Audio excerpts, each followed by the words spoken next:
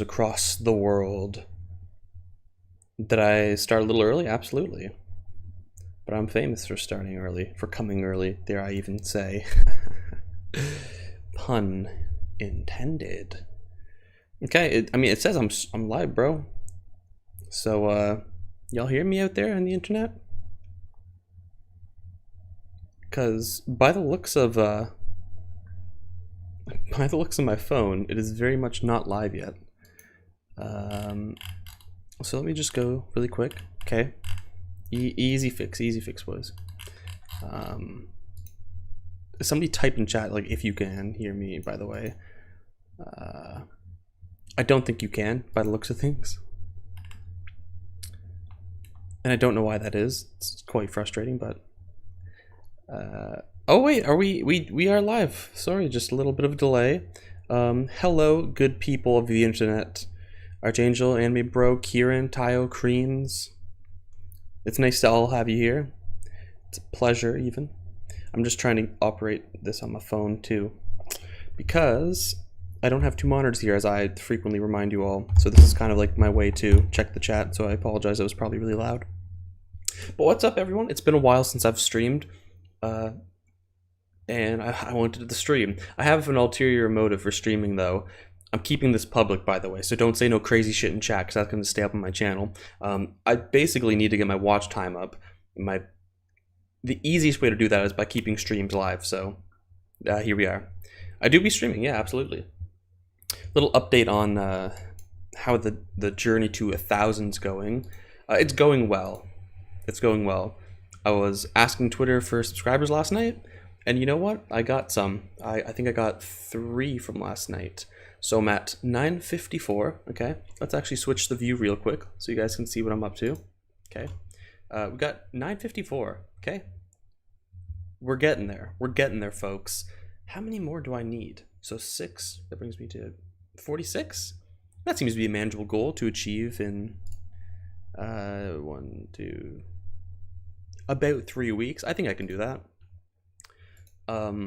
As for watch time, though, you know, we still need like 200 and some odd. That's okay, though. Like I said, if I do like a 2-hour stream and I get like 5 viewers, let's say, that's like 10 hours towards my public watch hours. So these streams start to accumulate over time, and then before you know it, boom, daddy's monetized, and I can drop out of school and I can do YouTube. So. But yeah, the only issue is, for our good friend Newberton in chat, I will now be harassing the absolute living shit out of him for thumbnails, because if I'm uploading VODs, I want them to have thumbnails so people are incentivized to approach them as if they were real videos. Also, the place I edit my thumbnails on is currently broken, so that's fine. We'll get by. Bro, I thought you said you switched to GIMP. What happenp, bro? GIMP ain't broken. I've been using that shit all the time. Anyways, there is no particular agenda for today. It was literally, I just wanted to come on and talk about anime manga, but I very much did not want to review AniLists and my anime lists. That's surprisingly a slightly more taxing endeavor than you might imagine. The shit is terrible and clunky as fuck. What, your free software? Yeah, I agree. But yeah, this is just kind of it. Little update on school and personal life for those interested. Classes wrapped up not a while ago, but they wrapped up, I suppose, on well, my class, I think, was Monday, and it was very nice to finally be finished with classes, but I still had a slew of work to do afterwards. Thankfully, I'm getting ahead on a lot of that, so all I have left right now is one final paper, due, get this, January 3rd, so I have lots of time to finish that shit, which is nice. But I do want to finish it before I go home for the holidays, because I don't want to have fucking schoolwork during Christmas, you know what I mean? The other thing, and the more stressful thing, is I still have a bunch of undergrad papers to grade, and they're like 10 pages, 12 pages each. Most of them are going to the 12 pages. I didn't expect that. I was hoping that most of them would lowball it. But it sucks. It's a lot of work. Even if it's just like, the prof is like, you don't have to correct them, like in the sense of telling them what they did wrong and why it's wrong. Just like say what they did right. Or just point out what they did right and not, and then leave a paragraph and a grade. It's like, bro, I'm still reading 12 pages, and then I have to come up with a little paragraph at the end, then I have to upload it to the website, input the grade, put it in my spreadsheet. It's very taxing. I think I only have 25 left, maybe, but I have only until Wednesday to do them. Uh, Plus, I still have that other final essay, which I'm just not really excited about. I don't know why. I've kind of lost motivation for that class, even though it was my favorite class in the beginning of the semester. It's on a guy named Arthur Schopenhauer. You might have heard of him before. And to make matters worse, well, it's only an 8-page paper, thankfully, but I don't know. I find the prof very intimidating, so it's, you know how it is. Though I'm thinking, maybe this adds to my anxiety about the paper, but I'm thinking my topic is going to be like how Schopenhauer explains post-ironic memes. I just think that's such a fucking weird topic, and I think it'd be easy to write on as opposed to doing something technical on, like, I don't know, his metaphysics of the will. I'm really just trying to do like the bare minimum to, like, you know, get the A and then move on to next semester, because I'm mentally done with this semester. And related to that, I also have to fucking proctor an exam tonight. It's 7 to 9, but the prof wants us to be there an hour early. Plus it's like half hour away, so I need to leave like 5:30, and I probably won't get home till like 10 because of the way the buses run that late at night. So that sucks, but you know, at least my proctoring is now as opposed to at the end of the month. You know, that would obviously interfere with traveling. So, and it's nice to just get out of the way early. So then I guess after Wednesday, all my like TA duties will be relieved, and I can literally just focus on that essay.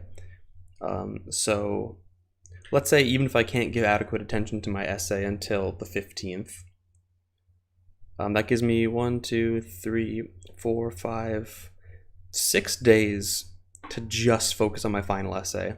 I think I could do it in that amount of time, but you know, that's enough about me, man. How you guys been doing? I know a lot of you are also in school, so how is the end of semester crunch kind of going for you guys? Is it as awful as it is for me?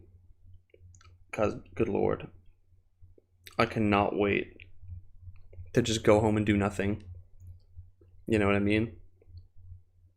I've been trying to get more active on YouTube in my free time, and I think that's been giving me a pretty good relief from schoolwork. I'm kind of enjoying YouTube as a nice side to school now.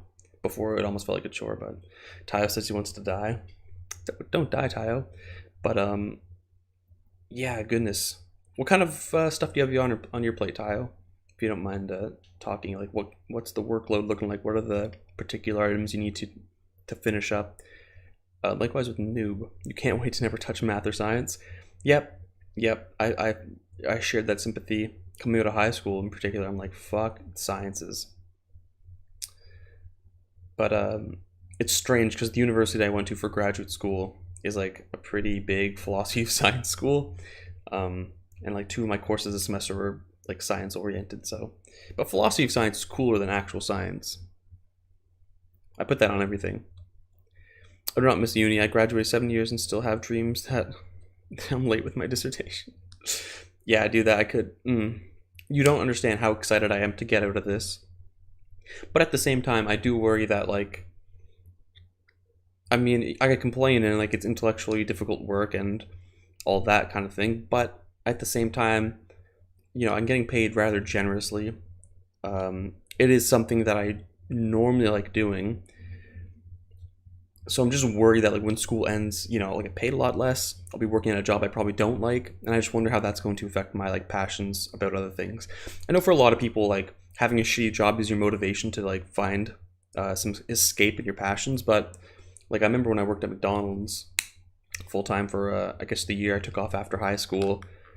Like it just absorbed my entire life. I mean, like I gamed with some coworkers, and they became some really good friends actually, but like my passions for like creating music or like making videos really died down by and large. So I'm just worried that might happen again, but hopefully Narj will also, you know, be accompanying me so we can keep each other motivated despite our shitty jobs. It also sucks because I'll have to work enough to make sure I can pay rent, which fucking garbage. And I'm definitely not going to have a lot of money saved up after this, so I need to do a lot of work. I think about 7 or 8 papers are due in January. Jeez, that's insane. How does it work? Like, do you have Yeah, I just don't get it, I guess. Is January the end of your semester, or like do you just have like a year-long semester, or like kind of how's that work there? Kind of interested. Yeah, I said this is gonna be general anime manga talk, and here we are all talking about how depressed we are about school. Well, it's at least we're depressed together, and there's power in numbers. Yeah, I worked at McDonald's too during uni. Oh, nice.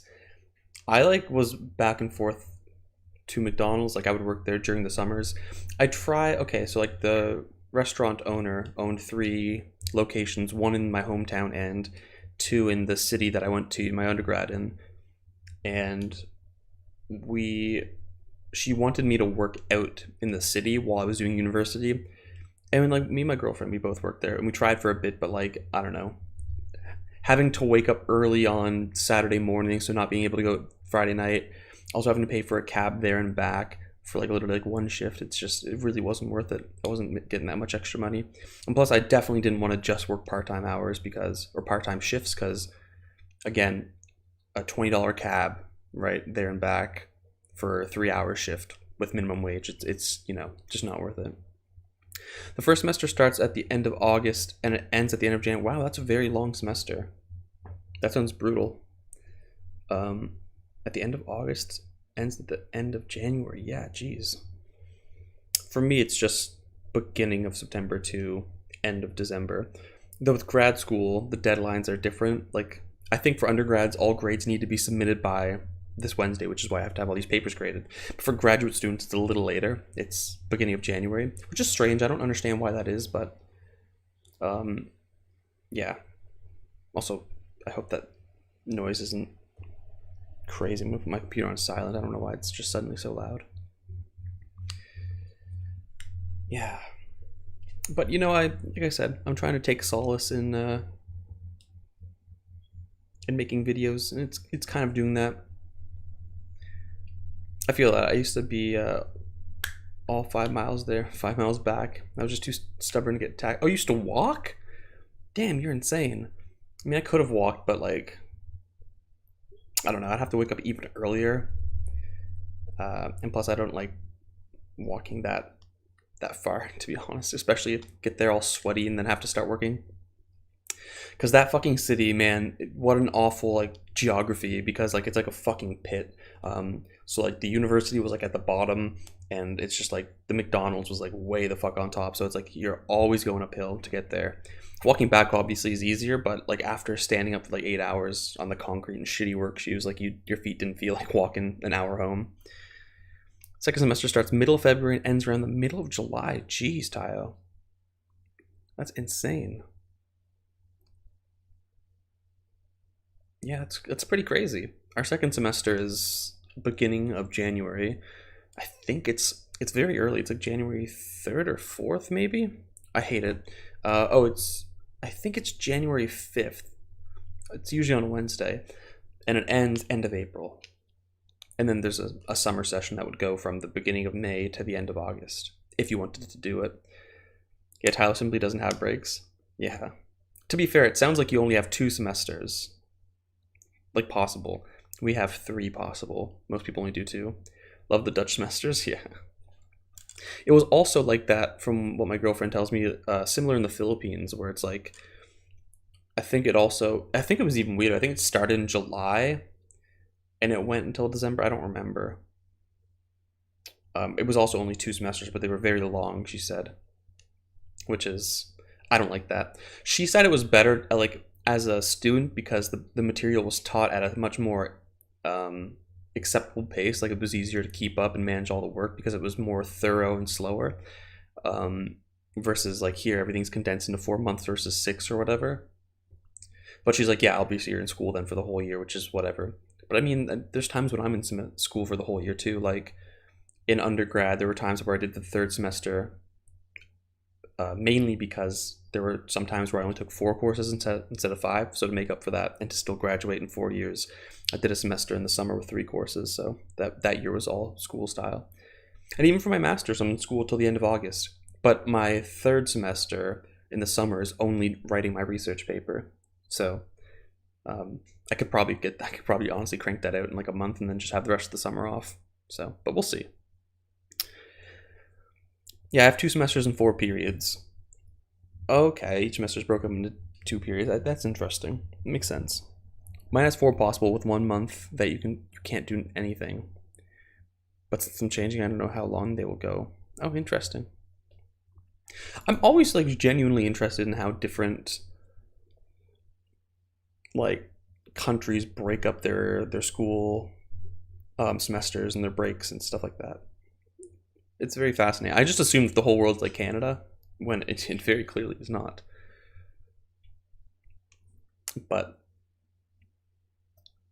yeah, I mean, I really do like the way that we have set it up. I just wish we had a little more time after um, after Christmas before going back. Like I said, the fact that I'm going back so early, um, is it the third or is it the fifth? I don't remember, to be honest. But yeah, it just feels too soon. Like I feel like it should start the second week of January. Just to give you more of a refresher, after you have you have the Christmas break. Because like let's face it, classes officially end I think on December 8th. The exam period is until the 21st. So in theory, you could have exams up until the 21st, and so your holidays would only be from the 22nd to the second. I mean, we get 10 days, I guess. I don't know. I always like, for me, Christmas break was always supposed to be a lot longer. And maybe I'm spoiled because at my past university, since I did philosophy, I didn't have any exams. I just had final papers, and I was really good at like managing my time and stuff, so I could get them all cranked out by like the end of the first week of December. And then my Christmas break was like a month, and that was amazing. And I guess I missed that the most, but so that's why I guess 10 days is like, oh my god, only 10 days. I can't believe it, but yeah. But at least at the beginning of the semester, things are very manageable. Like there's no massive workload. Um, it's just like a bunch of reading, and I'm very good for getting ahead on the reading, so I can usually afford a lot more leisure time in the first third of the semester, maybe even the first 2/3. But enough about me. Oh, mine has ended consistently on Christmas, and you start last week of January? Really? That's shocking to me. What do you mean consistently on Christmas? Like, are you in school Christmas Eve? Like, could you possibly have an exam on Christmas Eve? Because that sounds fucking nuts to me. But starting the last week of January sounds like divine. But I imagine you obviously go later into the summer. So, like, again, for us, we get out end of April. You probably get out, I don't remember, April, May? End of May, I guess. Hello, Inks. Welcome to the chat. And Tayo. I'm not quite done with the Obata works yet. I've been on a bit of a slump just because I'm trying to focus up on some school stuff. But if you guys check my community tab, which you all should, I post there every day now. I gave a tentative sketch. I also posted on Twitter though, so you've probably already seen it, about what exactly you can expect from the old doofster over the next month. And Tayo, our collab is not scheduled to go up until the 21st, I mean. So we have a little bit of room in between to get it recorded and finish up our readings. So I'm probably going to try and finish School Judgment tonight. It's such a dog shit manga. It's so frustrating. But once I get that out of the way, I think the other ones will be really easy. So let's just kind of switch over to my Annie list really quick and let's take a look at that. So, oh, also the new manga from the Full Metal creator comes out today. I think it might have even come out last night. I'm very excited to read it. It looks promising, but then again, I'm a Full Metal fanboy, so I don't think I've had any Professor Monsters to do that, but I heard it was possible. That's awful, Tayo. I mean, noob. Jesus, peace be upon him. But yeah, damn, that's insane, insanity. Hey, companion, welcome to the chat. You know, we're just kind of consoling one another about how shitty school is and talking a bit about anime and manga. I just wrote today, as I mentioned. I don't know why I said today. No, it's good. It's good. Yeah, I'm looking forward to her newest work. Yeah, me too. I think it's gonna be great. But if we go down to my Obata works, let's see. So I got All You Need Is Kill, Death Note, Hajime, RKD. Obviously I didn't finish Bakuman, but I have a lot to say on that. Have you read Kingdom? No, I haven't. Platinum End I dropped very early. How much of Platinum End have you seen, Tayo? And are you going to read more of it? Also, hello Mim, it's been a while since I've seen you. I also read this fucking weird one, Hello Baby. So this is kind of what I have left to read, I guess. Well, Shoha Shoten, I have to read the newest chapter. I have 12 more chapters, or I have 8 more chapters of School Judgment. 2 of these chapters are like prologues or whatever. Raul Omega Grad, I'm excited to actually read this one. I think this is going to be awesome. But I might try and crank out these 3 first, because this only has 11 chapters, right, Tayo? Like, I mean, that's all that's translated. And then these 2 I'm just going to also crap out pretty quickly, I think. I still have a little bit to do, but like I said, I'll try and I'll actively go through it a little more. What about you? How much do you have left to read? I don't know. I was dropping today. I forget. I didn't know that manga was dropping today. I low-key forgot about it. Oh, sorry. I think I misread you the first time. But yeah, I think it is dropping today. I read the first 2 volumes of Platinum End and might read the rest. Oh, cool. Good on you. I own like the first 4, I think, but I just have not read them all. I got volume 1 for my birthday, actually. A good friend gave it to me when it came out. And interestingly, they also gave me first volume of 7 Deadly Sins and first volume of Black Clover at the same time. But this was kind of when I was falling out of manga. It's really big, but it's so worth it. Yeah, I see people hyping it up, but I'm not into that kind of setting. And I'm not really interested in that sort of story right now, to be honest. Have you read Vagabond? No. Again, same explanation as the last thing. I'm not huge in the setting. I'm not kind of interested in that kind of story right now. You only need to read School Judgment. I mean, you know, you don't have to, obviously. I don't expect you. I mean, like, you don't have to read the whole thing. I mean, as long as one of us have read the whole thing, I think we're good. But like, just read, like, I don't know, 2-3 chapters if you find it like that difficult to get through. I will burden myself with having to finish this since I've already committed myself so far to it. Read a good chunk with Platinum End and dropped it. Well, like, put on my read later list. Yeah, that's fair. I still kind of want to finish Platinum End. It's only 11 volumes, right? But I don't know. Like I said, I'm very much not into long manga these days. I don't have the attention span to like follow a story all the way to the end like I used to be able to.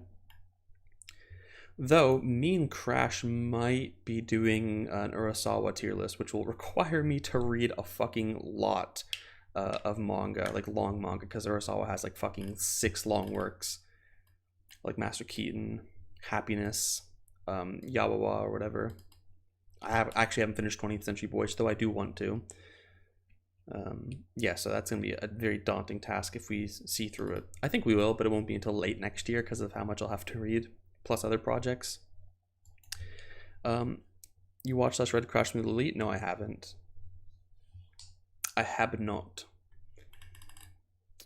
Let's see, is anything cool happening on Annie? Let's look at Taya. Let's see what you're up to these days, Taya. Which Sony manga do you think is the best? Pun Pun? I really like Pun Pun. I really love Pun Pun. Best manga I've ever read. I mean, probably Pun Pun also, but let me double check. I do have like all Asano's works read and rated. Yeah, I mean, Pun Pun's got it at a 10, but I do have Downfall and Solanin at a 9.5. So, and Dead Demons, depending on how it ends, could actually be a 9.5 as well. I think it's going to end very well, but again, I just need to see that ending to really give it a score first. Asadores, I didn't realize it was still ongoing. Yeah, I think there's 5 volumes out so far. I'm really excited to read it. I have no idea what to expect, like at all. But it's cool. Looking forward to the future collab. Urasawa's my favorite manga. Nice. Yeah, Urasawa's got to be top like 5 for me too. I mean, Asano and Oshimi are my probably my 1 and 2, but I'd also have Urasawa, Tezuka up there as well. Maybe even Furuya. I mean, it's strange because if I actually look at how I've rated most of Furuya's manga, they're not super high, to be honest. I haven't read all of them. I kind of wanted to go through all of them and do a video of them as well, but I haven't got around to it yet. Um, like Palapoli or whatever, I think I gave like a 5. Plastic Girl, I probably also only gave like a 5 or something. I gave it a 6. At Notchan's like a 5. This is like a 7. So there's a lot of just like, this is probably like a 7.5. It's like a lot of like, you know, like positive scores, but like not remarkable. But there's still just something about his style that I keep coming back to. And I don't know what it is. It also sucks because a lot of these I just can't find. Like, for instance, Pi, I would love to read because it just has such an obscure fucking premise. Pi is the constant that defines a circle. It is never ending. And to Sawaki Yumoto, it is a majestic number that has a direct relationship to his other favorite thing, boobs. One day he realized that there's a mystic relationship between Pi and the perfect breasts. Like, you can't make this shit up, dog. You can't make this shit up. It's so fucking hilarious. And I want to read it so bad, but like, good luck fucking finding it. I can't. I searched the internet. How do you search for a manga that's literally just the Pi symbol? You don't. You can't. It's impossible. And it's so frustrating. There's nothing more I want to read than this fucking manga. Yeah, I love Urasawa. Absolutely. Absolute genius. It's insane. Like I said in some of my TikToks, the fact that he's produced like 5 absolute bangers is insane to me. Have you read Lychee Light Club? No, I haven't. I have not. But I did intend on doing it for a while. Let's see if I can pull it up here. Also, real quick, I think the Music of Marie is supposed to get a physical English release? Question mark? And it's like, you know, this isn't obviously like super high, but I heard that this was actually like a pretty good work. I read like the first volume or something, or the first chapter, but like, I don't know, the tone wasn't something I was super into. I might go back and revisit it though, especially if it gets a physical. But fucking Lychee Light Club. Is that its actual name? Or is that the name of the anime or something like that? Yeah, this right here. And I think it's based off of this. Yeah, there we go. Oh, no, there's an actual manga called Lychee Light Club. Interesting. Oh, damn. Do you have any strong thoughts about it, Archangel? Looks kind of cool. Like, I'm just interested in it. Like, my favorite thing to do is just find a mangaka and read all of their works, or like most of them. It's just under NLH. Really? As in, like, physically it's just under NLH, but... Oh yeah, I thought you were going to say, like, of all of his works, you have it just under No Longer Human. I was going to say, geez. But, a lot of Furuya stuff, though, is, like, short stories or, like, 4-panel, whatever they're called. I thought that, like, Palapoli was actually kind of interesting because if you watch me Manga Crash's Seinen tier list, he talks about how, like, Furuya made this having read no manga. So it's literally, like, a complete fresh take on the genre. It's not particularly good, but just to see how a non-mangaka would make mangas is an interesting thought. Do you watch any anime now after getting into manga? I feel like anime is getting extremely boring. No, I haven't been reading or watching much anime. I mean, I've been trying to kind of watching some seasonals, but it hasn't been going very good, to be honest. 7 episodes behind, 4 episodes behind. It's not that I find anime boring, because I think when an anime adapts something right, it's usually better than the manga. I just hate that it's like a finite time commitment. Like, I have to sit down for 20 minutes no matter what. And I just feel like I'm wasting time when I do that. Whereas I can read a lot more of a manga than I can of an anime in that same amount of time. But I mean, I finished like a Gawabare Dokei-chan and Tawawa on Monday too. They're only slice of life shorts, but I found them enjoyable. But I haven't had like a big anime binge in a while. It's just not something that I've been into, fortunately. Just I like manga. I like things I can complete in a short sitting. That is my bread and butter right now. Twisted Dans, welcome to the chat. Glad to have you. So that's kind of like the state of my watching anime. Generally, I prefer manga just as a medium because, again, I can just read more and there's more available. Anime, obviously, there's less of it. It's a finite, time sink, and it is what it is. I gotta catch up to a lot of my currently ongoing manga too. I've been slacking. I normally save up a couple weeks worth, but I think this is the longest I went without doing anything. And also, when the fuck is a new chapter of this coming out? It recently came off a hiatus, but it's still going on. Yeah, chapter 90 was leaked, I think. I don't think it was even official, so it's strange that this is up here. Was leaked like 6 months ago. I don't know if it's even... I still don't know if it's translated yet, though. Yo, Dicehead, welcome to the chat, brother. Are you still going to look at my activity, Lamau? Oh, probably not. But since you brought it up, I might as well. Phoenix Grim, I like both equally, but sometimes you tend to prefer one more depending on the mood. Exactly. Like, my thing with anime is, like, at home, I probably prefer anime because 2 monitors, right? I can have an anime and dub on one monitor, and I can be doing something else here, and I can go back and forth. And to me, that's the optimal way to experience anime. Because I feel like I can do something productive while having an anime on. Here, I can't do that. I mean, I could put something on the TV, but I feel like there's...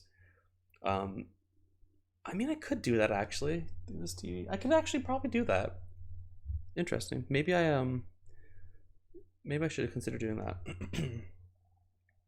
Dude, can you flame my annulus? No, I'm not reviewing annulus today, Dice. So, no. Asano hasn't streamed in what feels like a while, so we might be working on DDDs. Yeah, that's probably it, to be fair. That's probably it. Because he puts a lot of time into like a single, 18-page chapter. And I mean, for a good reason. If you've read any chapter of Dead to Demons, especially like the last 10, holy shit. It's my favorite art novel manga, like period. It's fucking insane. But yeah, you're gonna cry now, Doofy? That's okay. A little bit of tears are good. I was rewatching like a lot of my favorite like sad endings to anime last night. I was just fucking weeping. I run the gauntlet, so I do like the ending of Angel Beats, the ending of Anohana, the ending of July and April, stuff like that. And it's your fault. My fault. But you know what isn't my fault? We have a dope ass collab coming out in less than a week, and I'm very excited for that to go up and see what people have to say. Because we give our objectively correct opinions on the most popular and base series of all time. So that's pretty pog airs, might I say. Right now, okay, with regards to manga, my current objective. Now, what's the cover next to JJK? I mean, Dead to Demons? It's Inyo Asano's new work. Come on, man, what are you talking about? Don't get it twisted. Don't get it twisted, Tayo. That comes out Tuesday, I think? Okay, I thought it's either the 16th or the 14th, I guess, right? Yeah, one of these days. But nice. I'm excited for it. But what was I saying? Yeah, my priorities with manga right now are like to finish up the fucking all the Obata works for me and Tayo's collab.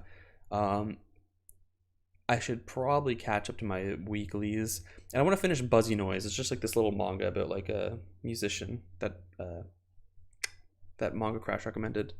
The other one, bro, what? This is fucking Ayashimon.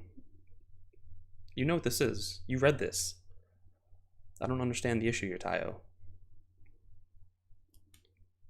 But yeah. And then I want to get back to D-Gray, man. I stopped at the end of the Noah's Ark, which was amazing.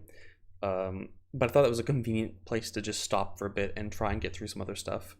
I did start One Punch Man because Cream said it was his favorite. And I don't love it. I actually think that the first, half of what I've read was absolute dog shit, but I'm warming up to it now. I'm setting up an Annulus profile while I have it on my mind. Yes, you should, absolutely. Come on, Tayo. Tell Tayo what the sauce is, man.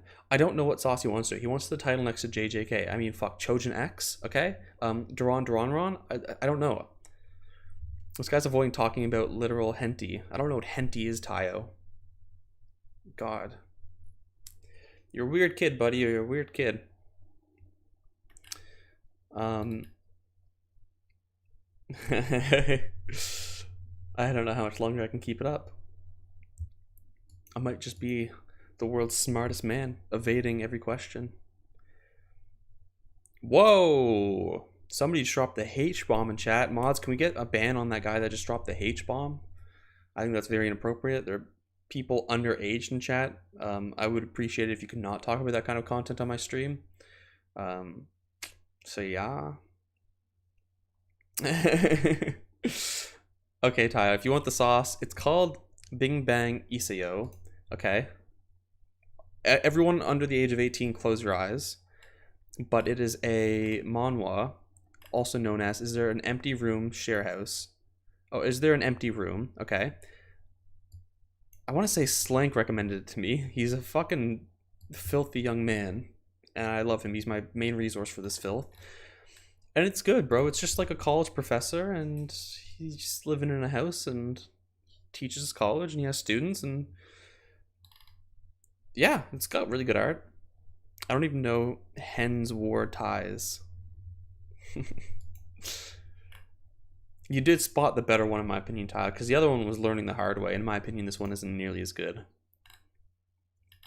I've been kind of slowly making my way through them. They're low priority, if you couldn't tell.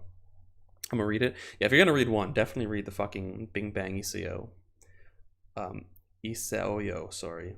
Or Is There an Empty Room? That's the better one. But now you know, okay? You fucking satisfied?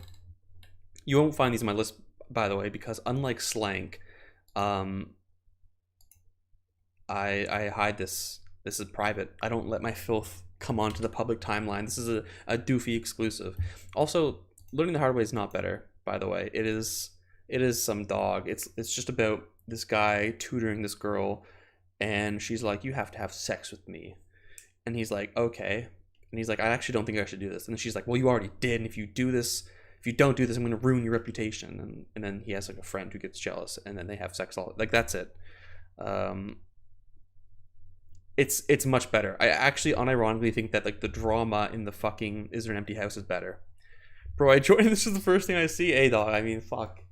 I'm just out here trying to hook the homies up, right? As other homies have hooked me up. Okay, so just get on it, bro. Is There an Empty Room? I think it's like how far along is it right now? I'm up to date, actually. That's the sad thing. I'm up to date with this one. It's at 39 last I checked, but damn, any list lets you set your own optimal scoring system. They do. It's awesome. At least score. Are you at least scoring them? I don't know. Am I manga list? Let's see. Yes, I am. Learning the Hard Way is a 7.5. I don't love the art nearly as much in this one, and I got fucking Is There an Empty Room at an 8. I'm telling you, this one's actually like kind of schmacks. I'm not lying to you guys. By the way, if anyone hasn't Malist, you can import to AniList. Yes, you can, and it's the greatest thing ever.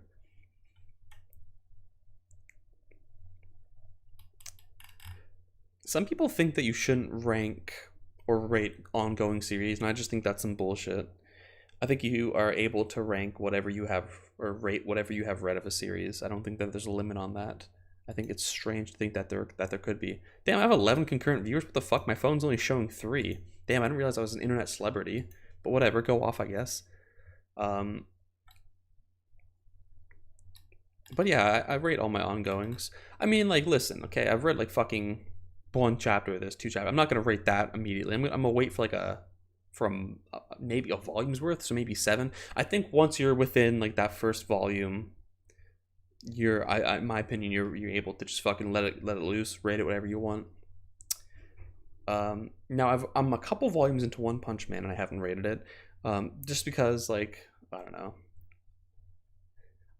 It's a political move more than anything, because motherfuckers are not gonna like it if I have this at like a 5. So I gotta wait a little longer to see if I can give it something higher.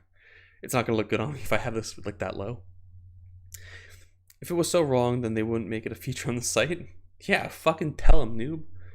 I'm also like kind of like I think like significantly behind on Tokyo Revengers, but like much like everybody, this shit fell off big time.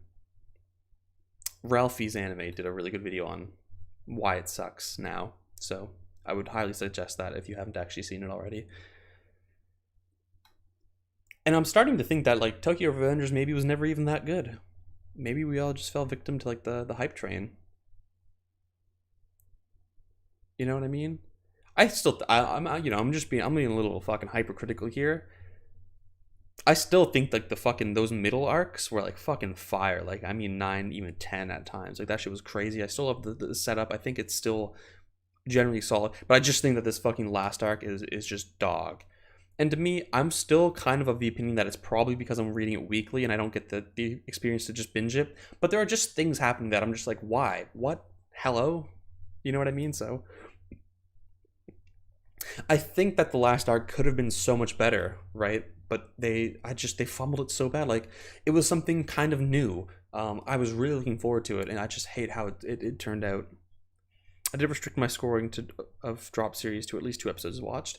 Normally, if I only watch one episode, I won't put it on the list unless there's something I want to make a point that I've watched. You know what I mean?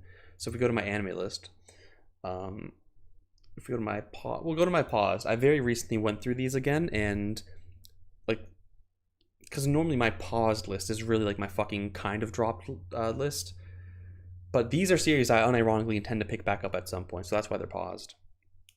I'm a simple man. I like Delinquent, so I like the series. And you know what? Fuck it. Power to you, man. And I think I still generally think the series is relatively good. It's just right now it's not in a good place. Slank is bought. Oh man, you just missed your big moment. I was reviewing some manhwa that you recommended to me. I wish you were here for that. Yo, read Tokyo Higoro, by the way. New Taiyo Matsumoto stuff that is a lot better. That is a better Bakuman. I'm interested in that, Taiyo. I am interested in that. I need more Taiyo Matsumoto under my belt. But these are what I have on paused. Bottom tier character Tomozaki. Let me bring it back. I'm pretty sure I don't rate my paused or dropped. Yeah, I've removed the ratings of my paused and dropped anime. I probably could rate them. I just don't, though. I don't know. There's no particular reason why. I don't really have any strong feelings. I mean, I don't know. There's probably some I could rank, others I couldn't, but like, we'll see. At least keep the stream up so I can watch that part later. Yeah, no, the stream's staying public, bro. I'm trying to get my watch hours up. I mean, bottom tier character Tomozaki, I do want to finish. But this is unironically the worst anime I've ever watched in my life. I think the writing is horrendous. It's the most dog shit anime I've ever set my eyes upon. Now, with a little asterisk, because obviously, like, it meets certain conventional merits. Like, it's animated fine. Like, you know, the voice acting's quality. The premise, like, it's well put together, like, in the sense of like it's what an anime should be in the most basic sense. But once you get past that, like in terms of actual writing feats, just writing feats, I guess, in general, those are dog shit. Eden Zero, you paused Eden Zero while it was amazing, Lamau, in your eyes while making the tier list, because I still think it started very strong, but it went down pretty quickly. I do want to pick it back up though, because I think that I'm genuinely, there's a lot of things in this series I'm interested in, like the Ether Gear, amazing, and I think there are a lot of interesting like world building elements that I look forward to seeing develop. So I do want to finish it eventually. I want to read the manga, to be honest. Like, people are hyping it up, but again, I'm just not on my long battle shonen vibe right now. Conventional good gang, you know me, sir. Same with Shaman King. It's so hilarious how you think it's the worst thing ever, because it is. Objectively. Record of Ragnarok, I only watched that first episode because I heard it was so bad. I watched it. It was okay. I just want to finish it because it's, 12 episodes. Shaman King, I am going to watch this one day, but just not today. Sunny Boy, man, this one hurts because I thought this was going to possibly be top 15 anime of all time for me, and I still don't have anything. I still don't think that it's like necessarily bad. I guess I just fell out of anime at that time. Slice of Anime seems so trash to me. Should I try to get over this? I don't know if it's possible to do. Thoughts? I definitely think you should try to get over it. I also for fucking at least 8 years of my life, I was a battle shonen kid, right? I would never watch Slice of Life. But I fell out of anime. I met my girlfriend, and she also has an interest in anime. So we were able to just, I guess, when we're trying to find something to watch, like, we'd watch an anime. So, like, I'm the one who wanted to watch an anime, but her sympathies are more like romance, slice of life. So I'm like, okay, we'll compromise. Instead of like a rom-com movie, we'll watch like a rom-com anime. And that is where I started to get into it. And I think a large part of why I started to like rom-coms and slice of lives are because, like, my experience with her watching it. She, like, her very presence, like, being able to more directly relate to what's going on screen was, I guess, a part of that experience for me. Salmon, why you go watch Barakaman? Yeah, Barakaman's a good one. Your Lie in April's another one. I'm just, again, I've talked about that in the latest podcast, the Honor ones. My favorite, like I guess, cliches in anime, and that's my favorite one. There are traditional pieces, so you should go to those. to work best into slice life. Let me just go like anyway, that's my pause list. Let's just go to all genres. Let's see what You've got mail. Oh, I scared the shit out of me. I gotta turn that off, man. That shit's fucking freaky. Where's slice of life at? Hello? Can I not click this? I actually got into anime through slice of life. Nice. I wish I could click on slice of life though. Let me refresh or something.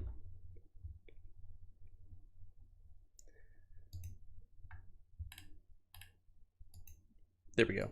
Okay. So, I mean, okay. I mean, Eden of the East is... I mean, it's strange that they would put the first movie there as a slice of life, but not the other ones. I don't classify it as like a traditional slice of life, but it's definitely like a not strictly speaking action series, so that makes sense. Beck, I guess, would be one possible way to get into slice of lives, because it's not like about just corny romance. It's, you know, it's about music, and if that's something you're interested in, this might be a good way to get into that. I just think it does an amazing job depicting, like, you know, the formation of a band and like the struggles both structurally in terms of like the politics of the music industry, but also internally, just conflicts amongst band members. I think it does that tremendously well. The music is awesome, so this would be like a really cool place to start a slice of life if that's an idea that you're kind of sympathetic towards. Barakamon I also have at a 9. I had it at like a 7.5 initially, but like I just keep reflecting on Sei Honda and rewatching parts, and I'm like, holy shit, this is actually amazing. So I don't know if you're gonna have that same experience. I just find Sei Honda to be like one of the most relatable protagonists of all time, relatable characters of all time. It cuts so deep, but I don't know if that'll be widely applicable. So I don't know how appealing that'll be to everyone. Beck sounds interesting to me. I will warn you that its animation is like, it's early 2000s, so if you have a high expectation for like crisp and fluid animation, that's not necessarily here. Some of the CGI on the guitars can look a little wonky at times. I personally love that shit, but if you don't, you know, just something to keep your eye out for. Is Honda-kun worth watching the prequel? I never watched it. Tayo is a big fan of Brockman. He got me into it. He said that Honda-kun is like okay. It doesn't follow Sei, does it? Or it does? Okay, it's when he's in high school. I thought it followed his brother for some reason. I don't know where I got that idea from. I would ask Tayo though. He's kind of like the resident Brockamon fan. I mean, I could just scroll and look at his score, I guess. 6.4, so that's relatively low, especially considering Tayo. Like, he is the Brockamon guy, I think. Where are you? Honda-kun is good, but not as good as Brockamon? Yeah. That's frustrating. Yeah. Yeah, and you see you have this one out of 10, so that's just how it is, I guess. But then again, you know, you have to watch it for yourself to get your own opinion, I guess, but the consensus might be a reflection of some underlying quality or trait that might, I don't know. Anyways, I guess a classic slice of life is Toradora. I would have never have watched Toradora like 8 years ago, but again, I don't know, I watched my girlfriend. I just loved it. This is just a classic rom-com. It exhibits all the traits of one.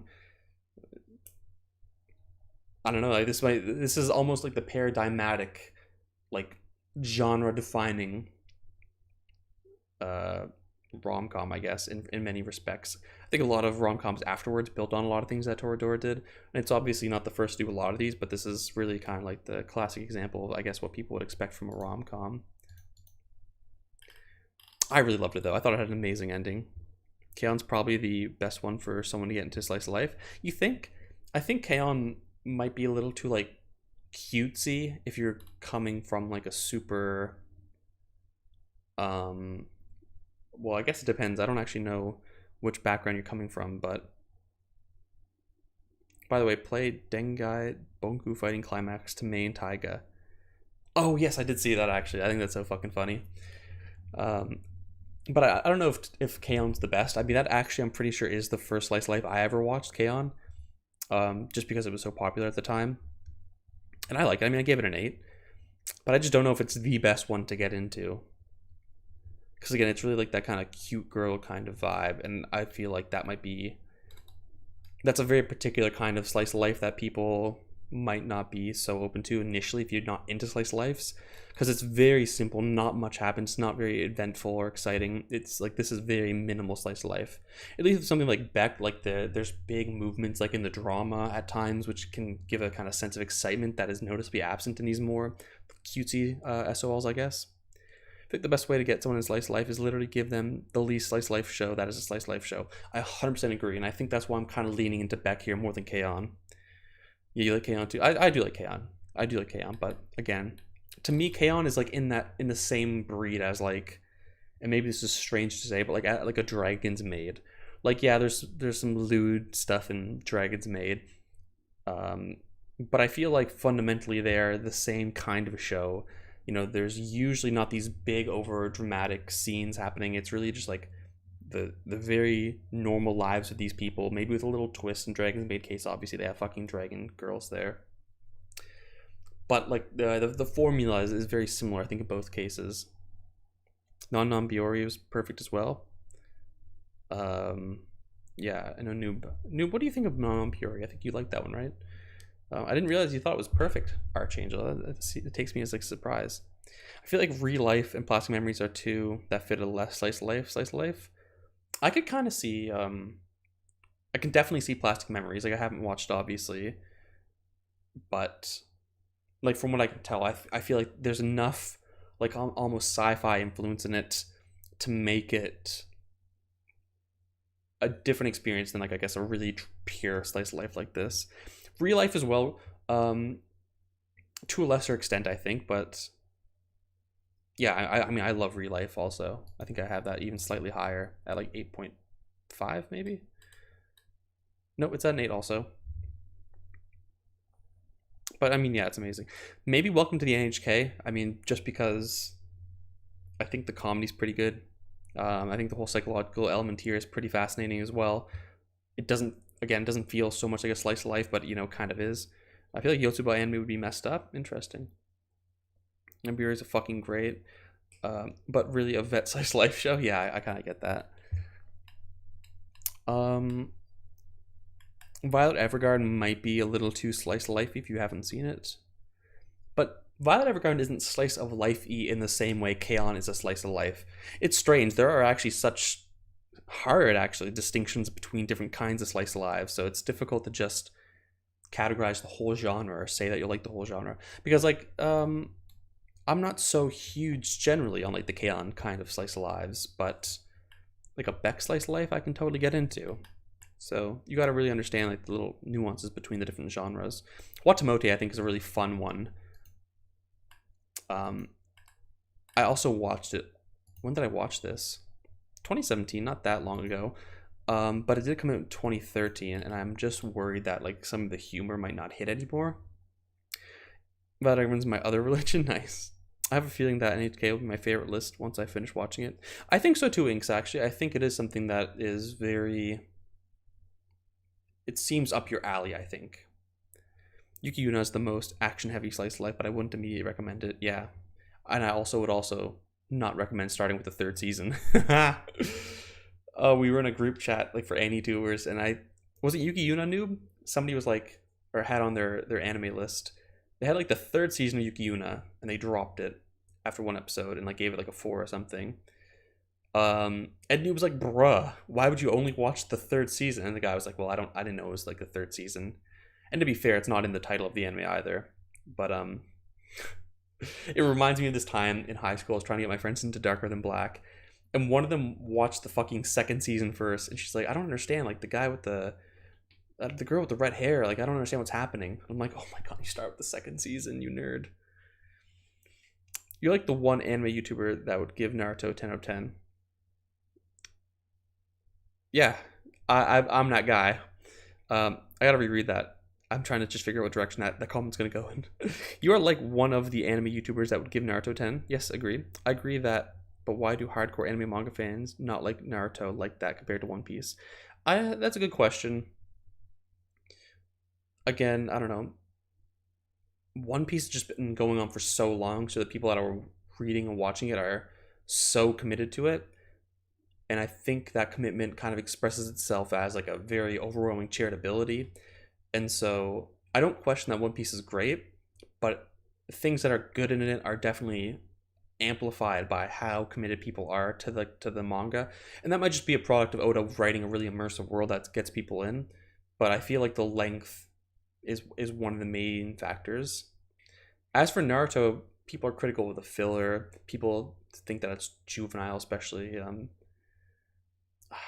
They think that like Tayo's actually expressed some of the concerns about it being kind of juvenile in the first half, which I don't totally agree with because I think that the Land of Waves is actually relatively, relatively dark compared to a lot of other shonen from that time. I still, I don't know. Maybe people just think that it's worse. That's all I can muster up, I guess. People try to discredit things that Naruto have done because it has some vague appearance of Hunter x Hunter at times. I think that's a very shallow criticism, a non-criticism even. But I don't know actually. I maybe they just don't like it.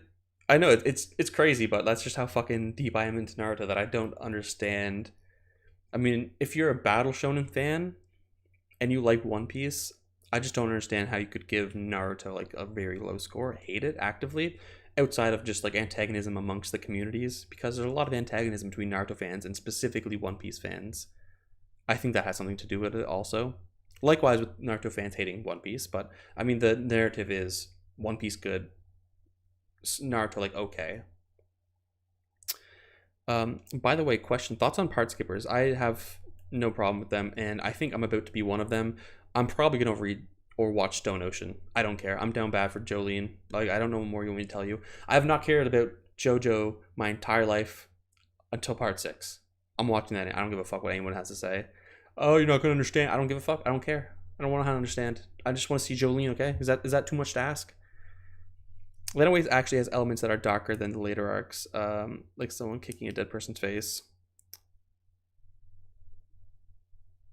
Okay, sorry. I think generally people do agree that the first, like the original Naruto, a lot of people say it has a darker tone than the later, and I agree. Like, I feel like the treatment of Itachi's massacre of the Uchiha clan is just more ominous in the original, or like Orochimaru, it just feels more evil in a way that I don't think Shippuden has that same kind of that same tone, that same darkness in that sense. Now there's dark like things conceptually that we could say like this is dark, this is fucked up that I think happens in Shippuden, and that's fine. But tone wise, I think there's a discrepancy there. I've been I've been thinking of going back and reading Naruto. I've been watching some of the best fights from the anime, and part 1 of Naruto had some bangers. Absolutely. Best fights in anime, I'll still say it. Maybe because it's popular and a lot of non-anime fans like it. I mean, genuinely, Slankus, I think you're right, but then again, that doesn't explain One Piece, which is, I think, in a similar situation. Well, not as much, though. I think that there are less non-anime fans that like One Piece than there are non-anime fans that like Naruto.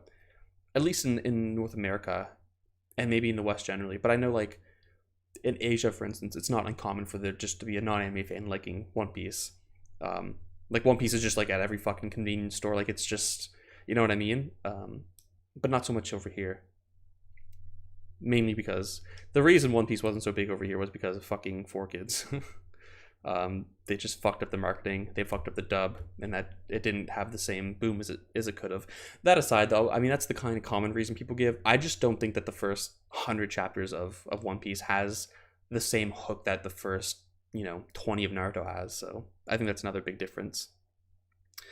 Agree, but I think Shippuden is deeper philosophically and more complex fighting character. I 100% agree. Yeah, I would 100% agree with that.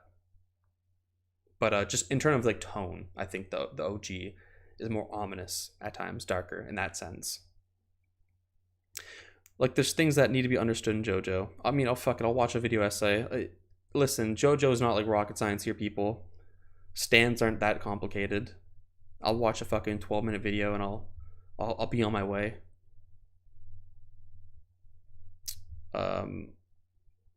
But we need to educate everyone that the work is actually cool. Twisted Dan's okay. You keep saying shit like that, bro, and you're moving up in my books. We do. I don't know where like people. Okay, there are good criticisms to be had out of the war. Too many characters came back. Some of them we didn't care about. The whole Kaguya thing was stupid. Sure. But they use that and they're like, therefore, war arc bad. Like this massive, massive arc. Because for me, the war arc is like literally everything from the 5 Kage Summit to the end of the series. I consider the whole thing the war arc. And I feel like you're missing so many things to just write it all off as bad because of I don't know, some slow parts in the middle or some trivial issues you might have with it. Where do I fall in your books? Pretty low. Yeah. Maybe near the end of the book, I guess. Missed the joke. I was insulting JoJo fans. Yeah, I tend to miss jokes. You know me. Famous joke misser. Work had problems, but it was my favorite arc in Shippuden. It's the part I rewatch the most. Like, there's just so many iconic scenes. You know what I mean? Like the Kage coming. Well, first of all, I mean Madara. That was crazy. Madara versus the Allied forces. Fucking nuts. Okay. Madara versus the 5 Kage. Nuts. Absolutely bonkers. But I mean, even more things like Sasuke bringing back the 5 Hokage and getting the history of Konoha. That was amazing. Naruto and Sasuke fighting fucking Kabuto. That was also amazing. Obito, Kakashi, amazing. Naruto, Sasuke, amazing. Naruto meeting Minato for the first time, amazing. Naruto talking to his mother for the first time, amazing. Like, there's just so many iconic moments in that arc. And it's long, so yeah, of course you're expecting there to be a good handful of them. But I just think that there are so many other ones that people are not willing to acknowledge, or even like fucking Tsunade and Dan meeting up again. Like, I thought that was awesome. I mean, yeah. Anyway, I can keep going on, but I'm not going to just give you a list of things I liked about the arc. I think that'll be boring to most of you.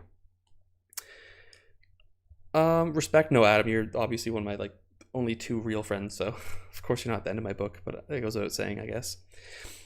Yeah, it doofy. It's like a spot, bro. You got me stressing trying to read this one. Yeah, it doofy. It's not just an anime. It's like a lifestyle. How dare you part skip? It's like a sin greater than murder. How dare... Oh, sorry. Okay, you're also making a joke. I'm very slow today. I lost a few brain cells after drinking last night. War arc was like 4 arc. People don't understand that. I mean, there's like subdivisions, but I think generally the whole damn thing is just the war. Maybe the war saga, and then it has different arcs on the inside. Is maybe one way to divide it.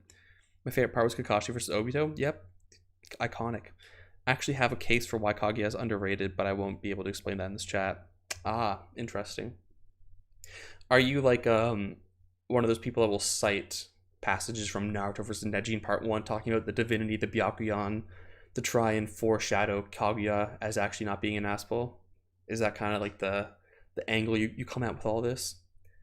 And let me just say, I think that the events in Boruto contextualize Kaguya's actions a little more, and it makes me like her a bit more. The way she kind of like rebelled against the fucking Otsutsuki a little bit or whatever, because she wanted to do it herself instead of being the sacrifice.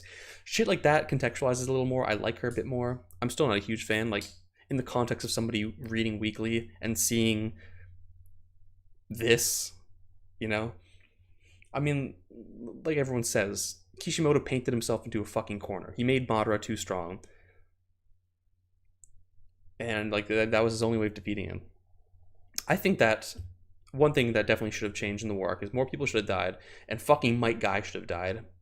I would have felt better about him taking down Madara while doing a lot of damage to him if he had actually died.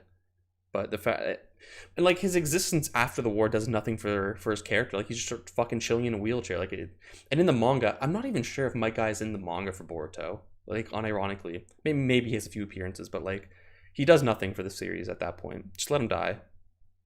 Or like Kaguya a bit more if she was introduced in Boruto. Yeah, well, ideally, none of this fucking alien shit would have happened. I mean, I'm not gonna lie, I do actually like it. Like, the whole thing that there's this whole race that just kind of goes through the universe and tries to consume all life that it can or whatever. I don't remember exactly. And that Earth is just like another product of like the fucking tree of life and all the chakra, blah blah blah. I don't know. I kind of like that. It's the necessary next step in terms of like scaling the threat. But I just feel like the way it comes in Boruto, it comes in too hard and fast, and it just doesn't make sense. It's probably less than 100 casualties in the war, and that's been generous. I mean, there's definitely like a lot of civilian casualties. I mean, Madara was murking fucking waves of people, but in terms of people that matter, fucking one. I think 4 died. the original Inoshika and Neji. Like that's it. That's all I can think of right now. Madara was not too strong. That's also a popular rumor. Naruto and Sasuke were on his level. Oh, okay. I mean, fair enough. I don't know if it's a rumor per se, because I'm pretty sure like Kishimoto himself said that he didn't understand, he didn't know at that time how to write off Madara. So I mean, I don't have the quote on me, so obviously I might just be perpetuating a rumor. But I distinctly remember reading the quote itself when the chapter was coming out. But you know what? Anything to defend Naruto. Fuck it. I'm willing to change the narrative. Fuck it. Naruto and Sasuke were that strong at the time. It was not a problem. Yeah. Also, I'm gonna grab a drink of water real quick. So I don't know what to do.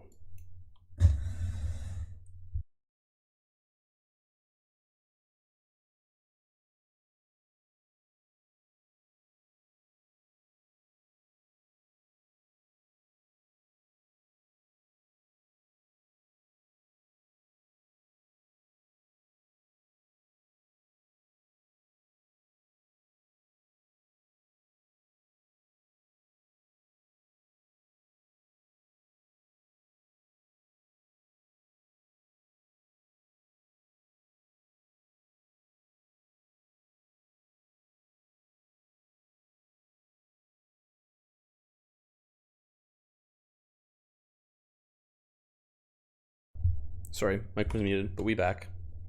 Where were we? I like that we were talking about Naruto. Naruto, my favorite anime. Any opportunity to talk about Naruto is an opportunity well taken. But I think we should change things up a little bit. I reckon you non-Naruto fans might be getting a little, maybe jokingly, but to say you could never make up a way to beat him sounds like a little ridiculous. I think it makes sense. I mean, duh. He obviously did come up with a way to defeat him, Kaguya, right?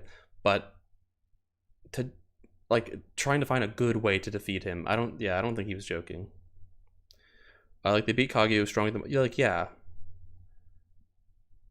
But this is the thing, like people probably justified it after the fact, but I think again coming out weekly, most people were not convinced that Naruto and Sasuke were stronger than Madara. And the only reason I think it makes sense for them to defeat Kaguya is because even though they brought Kaguya out of Madara as a kind of symbol that she was stronger, it was a character that doesn't have the same build-up, so it was probably easier for viewers to tolerate her being defeated by Naruto and Sasuke, whereas with the way Madara was explicitly built up, it made it more difficult to believe that they could just beat him. But again, I don't really... I have no problems. I don't know, actually. I'll think more about it. But again, coming from the perspective of it coming out weekly, it's a different story than people justifying it after the fact. Do you remember when Kishimoto watched one of Code Provider's videos? Yeah, that was bonkers. That was peak AniTube, in my opinion. We're never going to get that time back again. +4 listeners? Really? Everyone, make sure you go stream My Dead Friends on Spotify. I really want to get 150 monthly listeners. My Dead Friends. Spotify for artists. Thanks for the update, Bomb. Bomb has been very good for keeping our music updated. Like, telling us how many people have been listening. So let's see. We're currently at 138 listeners, people. Okay. We need what? Only 12 more to get to 150. So can we get 12 more people? Do it, or I'm going to make fun of you for the rest of your life. My Dead Friends. Spotify. Boom.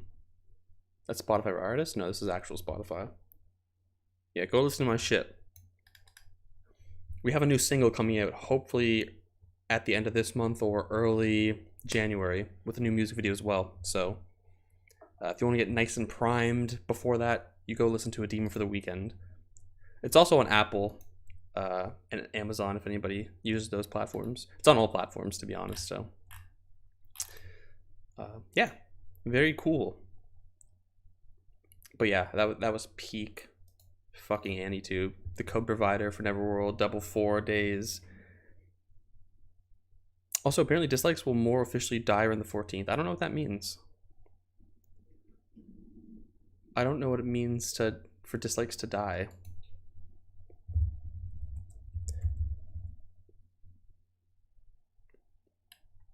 Yeah, this is all like rather old news.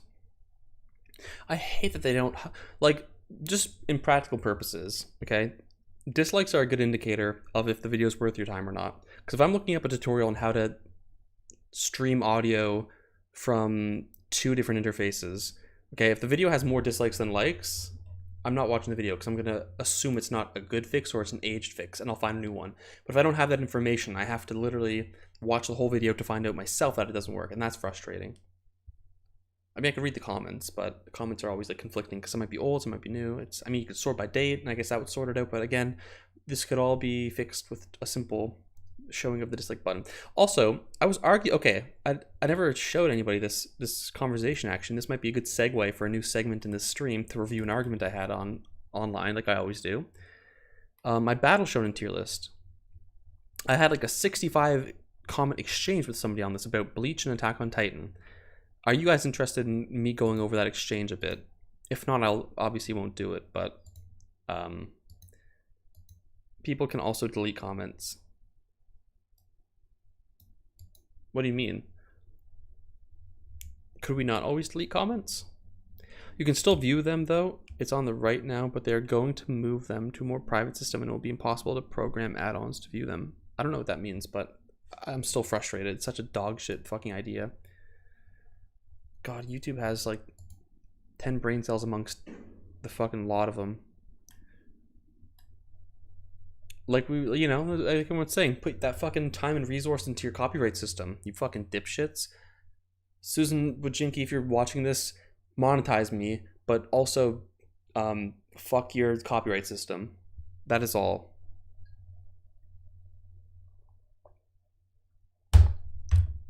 Sorry, I just bonked my computer. But yeah, I need everyone to tell me right now, are you interested in going through this?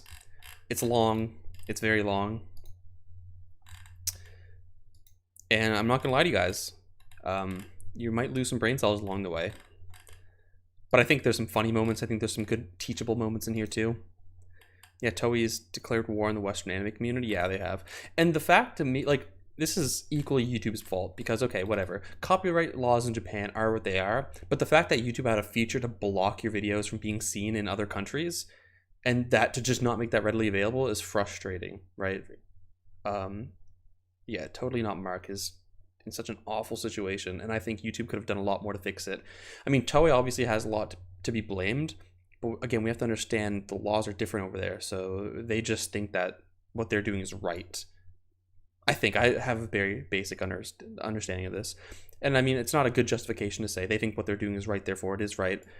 It's still like dog shit. Like they're threatening people's livelihoods here, and that is absolutely unacceptable.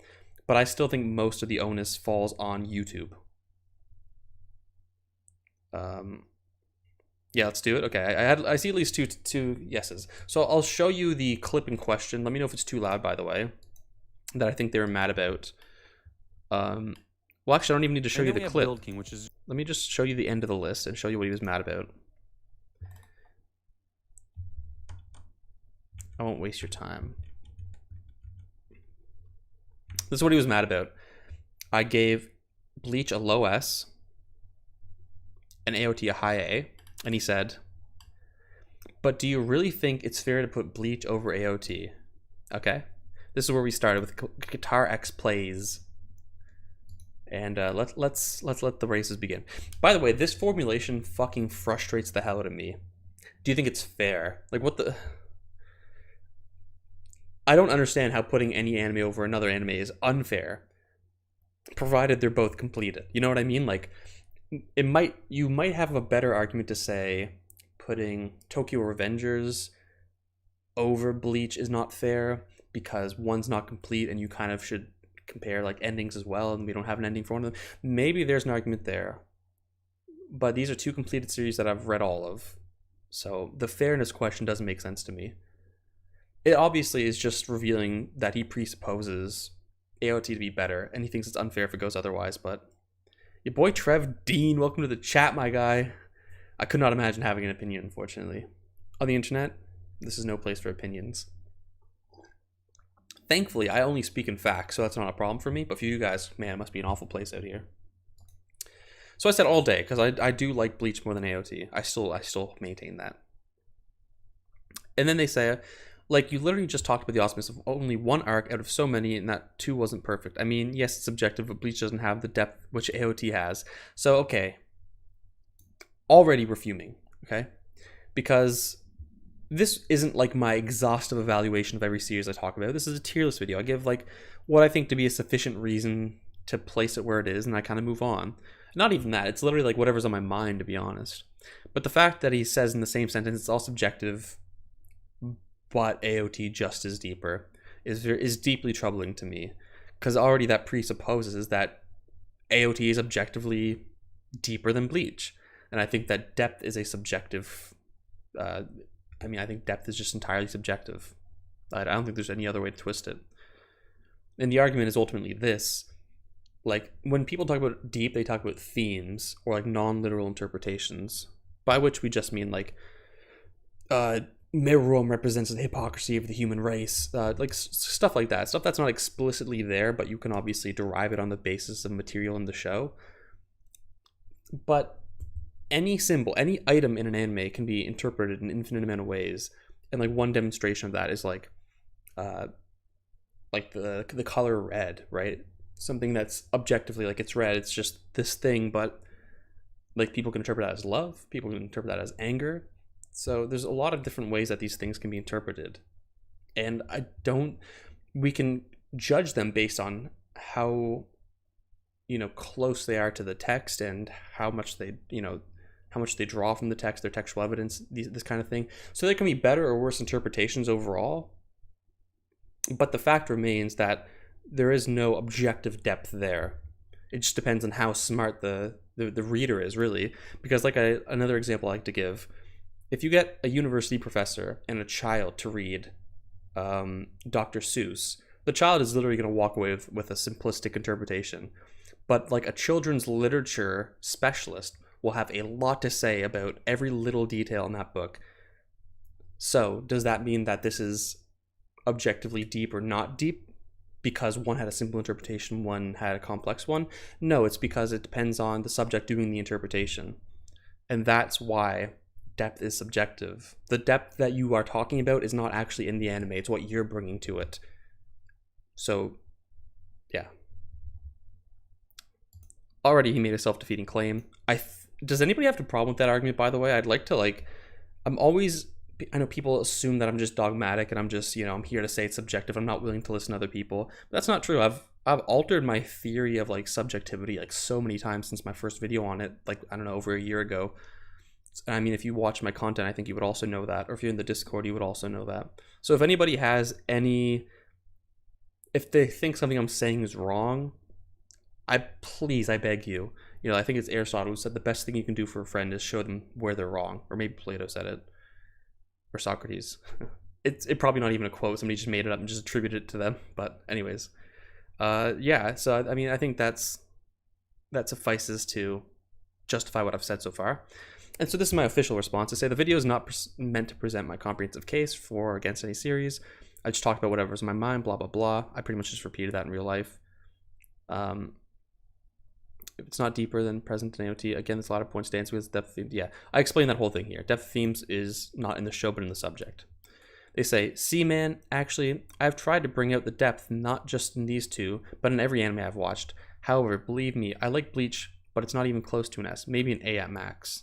So, again, even if you can come up with a super deep interpretation for one show and not for another show, maybe to you subjectively, like one is deep and one's not deep, but again, that's still only by your own metric. And it's not, I don't necessarily think he went into Bleach bad faith, but I feel like if people see certain things in an anime, they're automatically going to characterize it as simple or deep. So I think the more obviously an anime, for instance, embodies the classic shonen tropes, the more likely you are to just categorize it as basic and move on and not give it much more thought. I don't even necessarily think that this is like a conscious decision. I think it just happens. And I think that's why he came up with a less impressive take on Bleach. Now, if you wanted to be super charitable, what you would do is you would actually say, like, yes, there's certain structural elements here that are similar to most battle shonen, but like it's where it diverges from that, and how it uses the structure in different ways that presents new ideas. These are the things that we can derive really new and fresh interpretations from, and that's kind of the locus of Bleach's greatness, I think. So it's possible. Sorry, I had to burp. But again, like I'm not saying he's in bad faith here. I'm simply saying that I think unconsciously he categorized it as simple because it kind of has certain tropes, and that stopped him from going farther than he could have. He might not have been incentivized to have the deeper interpretation there. AOT makes you work for a little more, and I can see why more people come out with the opinion that that is deeper than Bleach, but I don't think that this is a reflection of any objective merits of either show. And then he says it's not even close to an S, maybe an A at max. And I think that's just like splitting hairs, because I literally I have AOT at a high A, Bleach at a low S. Like they're literally next to each other, just separated by a tier. I'm like, is S not close? Should be A, by the way. My bad, minor spelling error. Be like, is S not close to A to you? So are you buying into a literary theory of death of the author? Yes, 100%. What if author A wanted to convey a certain message and author B had no intention? Yeah, I'm fully committed to that. I don't think author intentions determine the meaning or present us like an objective metric for how to interpret any work. So, yeah. I mean, that's pretty much my position. So if you know death of the author, then you know what I'm going to say. Though if you have certain objections to it, I'd be willing to voice them. That said, again, themes and depth are simply a function of the subject. I know, like, Nate is always like, bro, this ain't university. You gotta really, like, bring down the language, give it to them in the most pointed fashion. I totally agree. I'm so bad for that.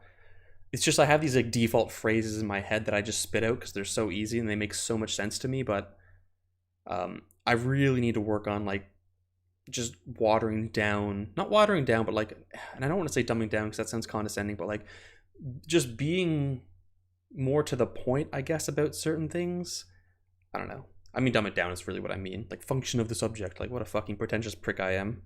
But I'm not gonna lie to you. Like, if you argue with me online, I don't know you. I'm just gonna be fucking hostile. I'm gonna try and talk the fuck down to you to make you believe me and make you think that I'm smart. I can't believe I just outed myself like that. It really be like that. I mean, I don't know what more you want me to say. You have to believe me because I'm smart. I mean, there are literal arguments in what I'm saying. I am literally defeating certain points, but I will say there's a bigger, rhetorical strategy going on at the same time. And I think maybe that rhetorical strategy might make people hesitant to buy into what I'm saying. Not so much an objection, but more so the idea that certain stories have more you can read deeper into than other stories.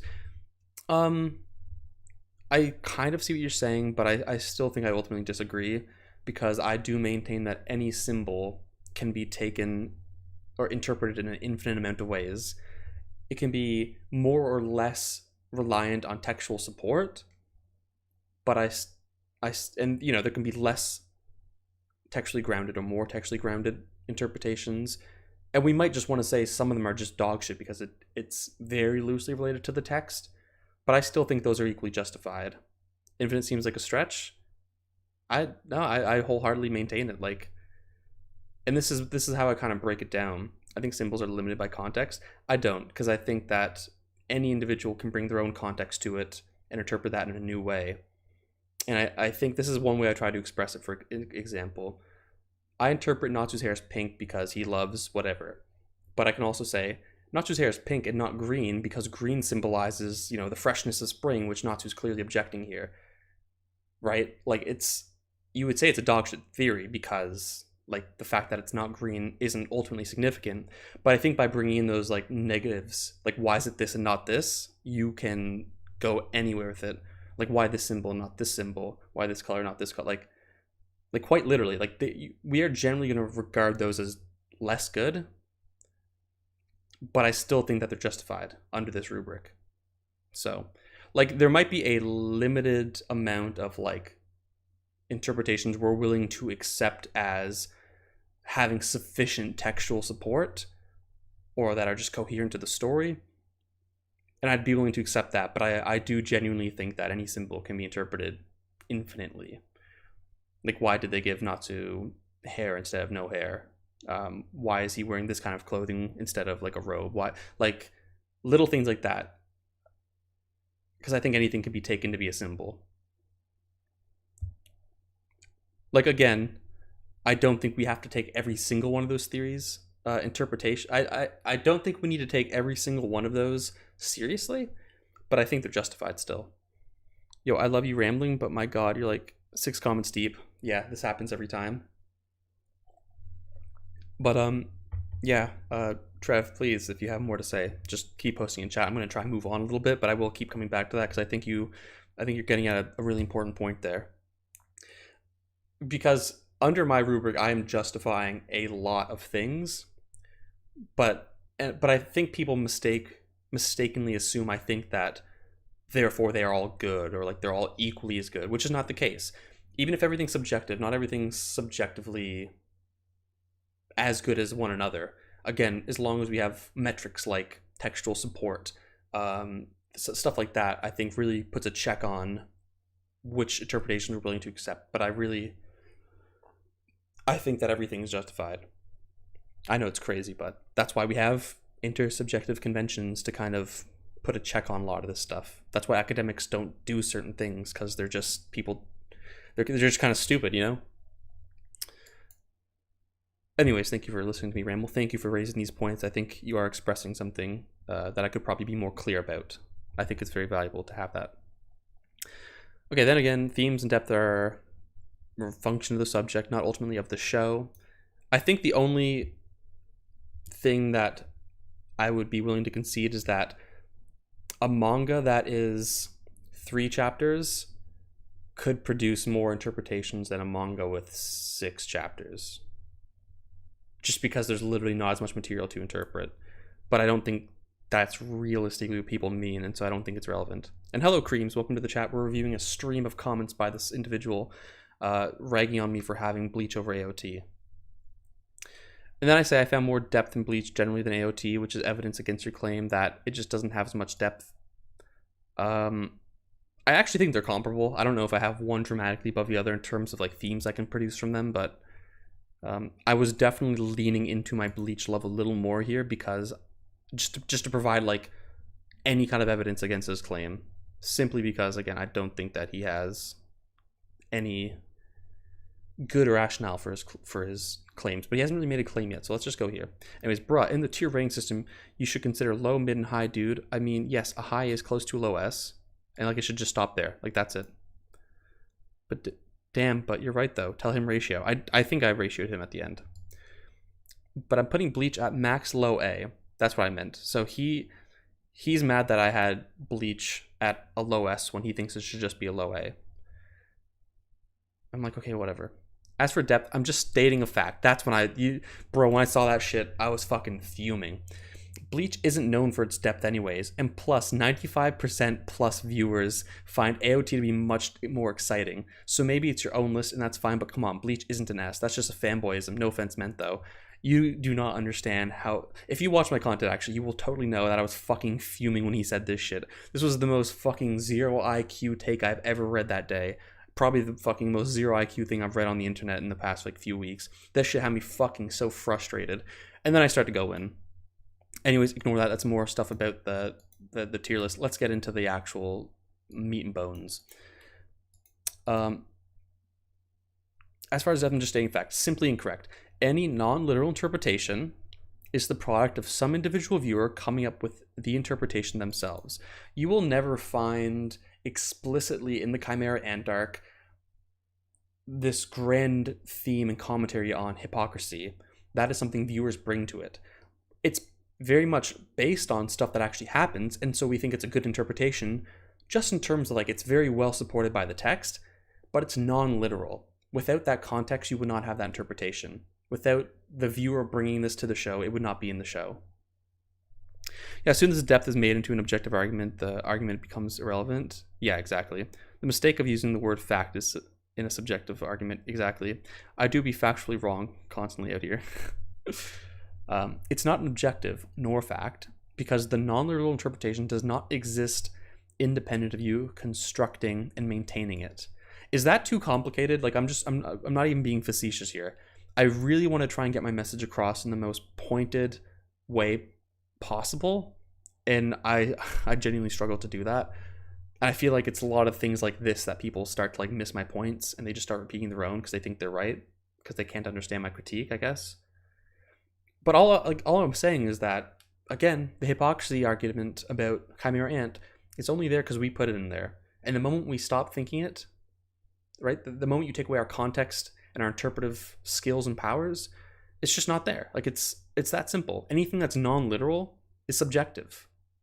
That's a strong claim. I'll take that one back for now. But for the purposes of evaluating an anime, what's not, just a descriptive claim about events in the show is ultimately going to be a value judgment, right? We're expressing what we value about it, and our interpretations are usually a reflection of that. Or interpretation is not just an observation of what's actually happening. You're bringing stuff to it that's not in there. I hope this makes sense. I'm really bad for word souping, and I don't want to do that anymore. And I said to think otherwise is simply to misunderstand how interpretation works. Yes, 100%. Also, appealing to the consensus here is a fallacy. Get used to me saying this, because this is the argument for the next 60 comments. He's going to say 95% of people think AOT is deeper, and I'm going to say that's a fallacy. I'm going to even push him farther on the point, and he's just going to keep repeating it. It's bad. There's nothing inherent about a group of people liking something or thinking something's more exciting than something else that entails any level of depth or even quality. I could have probably worded that better. But I mean, shit. If you're going to follow that logic, then surely you were fine with what the Nazis did, since most people then thought that was better, right? So your idea of having a blah, blah, blah. Snow is really good for this. Like, if you want to consistently apply the popularity equals right logic, this is what you end up with, right? That's simply, like, it's the same logic. But let's just see how he reacts here. AOT is better than Bleach, and I can say that because 95% plus people will share the same opinion. You're going to get used to that one. Get fucking used to that one. Opinion for conversation after the comment chain rant. Story structure affects the themes present in fiction. I'd be interested in to have that conversation. I think there's something to be said there. Okay, anyways, as for offense, who charged you? Oh, that's right. I colloquially will say, like, you've charged me with this. I just think it's fun language, but he took that a little too personally, I guess. He's like, why be so rude? Whatever. Anyways, let's just read some more of his dog shit comment. That's because the quality simply starts dropping substantially from there. It's not mathematics, dude, and don't get angry for no reason. I'm just talking. I don't think that this was angry, and I explained that. I'm using charge colloquially, lol. I'm just saying you claimed of me that I was being a fanboy, which can equally be expressed if you've changed. Which can be equally... Holy fuck, I'm an awful writer when I'm mad. Which can equally be expressed, you've charged me with being a fanboy. No, that makes sense. I'm just an awful reader. I meant nothing else by it. Again, reread my message and understand that the appeal to consensus is fallacious and holds no real water in this discussion. As for the difference between high A and low B, we don't care about that anymore. I also didn't say it was mathematics, so I'm not sure why that is relevant. But you consistently bring up percentages, making me think you believe it's mathematics. I think that's a good point. Of course I do, I said it. I think everything I say is good. I'm also not angry. I'm just expressing my thoughts in a pointed manner. Don't mistake succinctness with anger / rudeness, etc. I'm not making a big deal of it. I'm just curious to know why you think this way, as it's one of the most unpopular opinions I've come across. Chat, tell me. Is thinking Bleach is deeper than AOT an unpopular opinion? Probably, right? Okay, but let's move it up a chain. Do you think having Bleach over Attack on Titan is an unpopular opinion? I think maybe thinking Bleach is deeper, maybe, might be like unpopular, like very unpopular maybe even. But to have Bleach over AOT, I don't think is that crazy. Doofy to pass Doofy. Bro, he kind of went crazy for that. I mean, you kidding me? I'm killing it here, bro. AOT is better than Bleach, yet the worst series is coming back. Although both are deep in their own way. Yeah. I fuck with this guy. He see my list, he will have a seizure. Yeah, I don't think he didn't take it. As for math, I just meant that it's not simply about the number of tiers and different... Okay, talking about the tier thing, which I don't care. My take, in a silent voice based on character traits, should have showed and other presentation of events in the plot. The themes of depression and coming to self-love are easy to interpret. Okay, I definitely think that certain structural elements will make certain themes more accessible. I actually think that's part of what Bleach does right. Like, I think it just uses the battle shonen formula in a good way. AOT, I think, is more unique in that it doesn't embody the same tropes so explicitly, but you know, there's still a lot of them there. And again, man, there's no shame in using tools that came before you in new and effective ways. I mean, like me and Archangel said in our video on like nostalgia, battle shonen's around because it's a proven formula. You know what I mean? And there's good ways you can use it. There's bad ways, but there's good ways as well. Anyways, I don't think it's nearly as unpopular as you think. A lot of people in the battle shonen community, especially those from the era of the big three, would hold something similar. I think this is true. I think a lot of people, just from my generation of like anime fans, would probably also have Bleach over AOT. There's a reason tropes exist exactly. I've vaguely gestured at why I think this, namely because Bleach has a much stronger cast of characters, absolutely. Better power system, absolutely. And higher peaks, absolutely. As for the rating of tiers, let's just ignore that. That's such like a minor point that I don't want to belabor. You still don't understand, dude. Oh, goodness me. I'm about to snap at this kid. People from the era of the big three will have this opinion because there's a certain factor of nostalgia working there. Oh, boys. Yeah, I was about to go in on this motherfucker. And plus, even after that, overall Bleach isn't close to an S. Battle Shonen like the welcome home about a doorway. Battle Shonen is like the welcome home above a doorway to something great. Yeah, absolutely. Oh, 1 second, my girlfriend's off. I'm just gonna reply to her. I am streaming. I love you. Tell me more about it tonight. Heart. Heart. Good boyfriend alert. Text his girlfriend back like a boss. I have to reload the stream chat now. Okay, and we're back. Imagine if I went around saying that Umusume Season 2 is the best anime ever since all of its TV episode bundles have the highest amount ever sold. Like, those arguments are so cringe. Yeah, exactly. And it goes back to Manga Crash's famous fucking argument, right? That base Luffy stole. If you're using the popularity argument, that popularity equals good, then your top 10 has to be the top 10 best-selling manga. Or the top 10 highest rated manga by the community. Otherwise, you're just not following through with your own beliefs. And that kind of inconsistency throws into question if you really value what you say you value. So fuck those guys. Okay, let's go. This is again, like, a lot of my favorite anime are shit that I've watched over 10 years ago, so I'm often met with the charge of like, oh my god, you're just being nostalgic. That motivated me to do the video with Archangel, which I highly recommend you guys watch. It's probably one of my favorite videos on the channel still, about nostalgia and anime. But favorite doesn't necessarily have to equal subjective best. Yeah, exactly. Fucking exactly. But okay, attempting to undermine the legitimacy of people who like Bleach over AOT by saying the driving force in nostalgia is simply arguing in bad faith. One could equally charge you with having AOT over Bleach because you are subject to the recency bias. It works both ways, so if you're going to maintain the former, you open yourself up to the latter. 100%. AOT is still ongoing, even though the manga ended, new anime is about to come out. There is this recency bias, there's the hype train that's happening right now. People could very easily make the argument that you only like AOT because it's fresh, it's recent. I mean, in my opinion, that's kind of what happened with Tokyo Revengers, and that's why it's kind of falling off now. A lot of that hype's dying down. The recency bias is starting to, make itself apparent. And I think that the argument of nostalgia, if you want to have it, I'm fucking saying that you're being, committing the recency bias, and that's just how I'm going to be. I wish I'd have prepared more for that video, but it was fun indeed. And fuck it, man, we can always redo it one day. 2.0. With more thoughts. I would absolutely be down.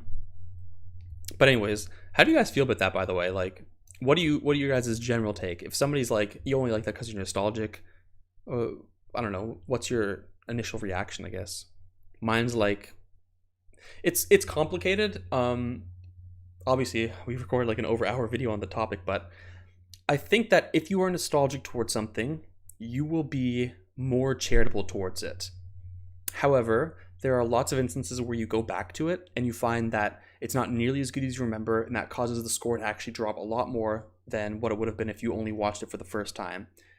Now, likewise, it might also cause you to find more things that you wouldn't have otherwise, and therefore give it a higher score. But at the end of the day, okay, nostalgia is just the fire under your ass. Okay, it's what's going to cause you to dig up more stuff about it that you might find more admirable, or not. It sets an expectation for a series before, but I don't think that there's anything wrong with it. I don't think that just nostalgia is an excuse for anything, generally.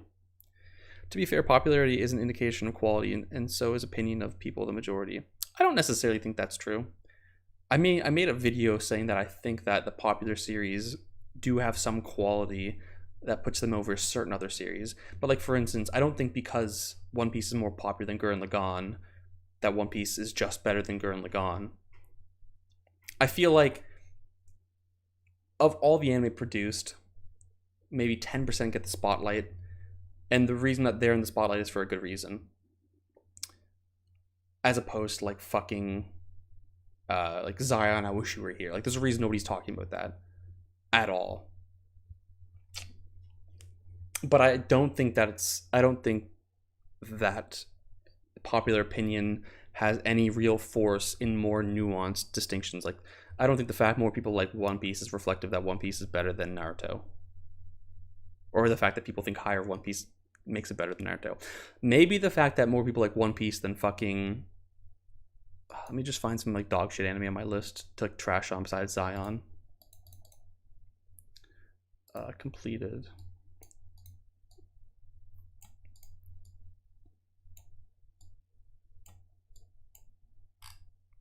Give me a second, folks. Yeah, the fact that people are not talking about a Bandai Sisters, okay, that's probably for a good reason. It's probably because there's something here that is just bad. I mean, I don't want to say just bad because that kind of has a objective undertone, but like, yeah, I think the reason people talk about One Piece and not this might be an indication of some quality. But I think, again, when you get up here in the tens, I don't think popularity or opinion has any force. Indication does not mean that it's true. Oh, that's fair. Okay, that's fair. I kind of misread you there, my bad. But again, I'm always just hesitant because opinions can change very quickly. Again, Tokyo Revengers is the paradigm example here. Like, people are not just saying that the new arc is bad. People are saying like actually all of Tokyo Revengers is mid. So it's a fundamental reevaluation that's happening like in front of us. So, and I don't think, like, obviously the objective manga material did not change from when people were praising it. So it's difficult to just say that it's, you know, to try and separate what might be causing that popularity, you know, whether it's the qualities of the show or just like the community of people. I think that's what makes it difficult. I hope that makes sense. But I do see that I kind of misinterpreted you there. Pretty much agree with you there. If popularity term quality ought to actually be like a 4 out of 10 and one of the best endings in recent years, yeah, fair.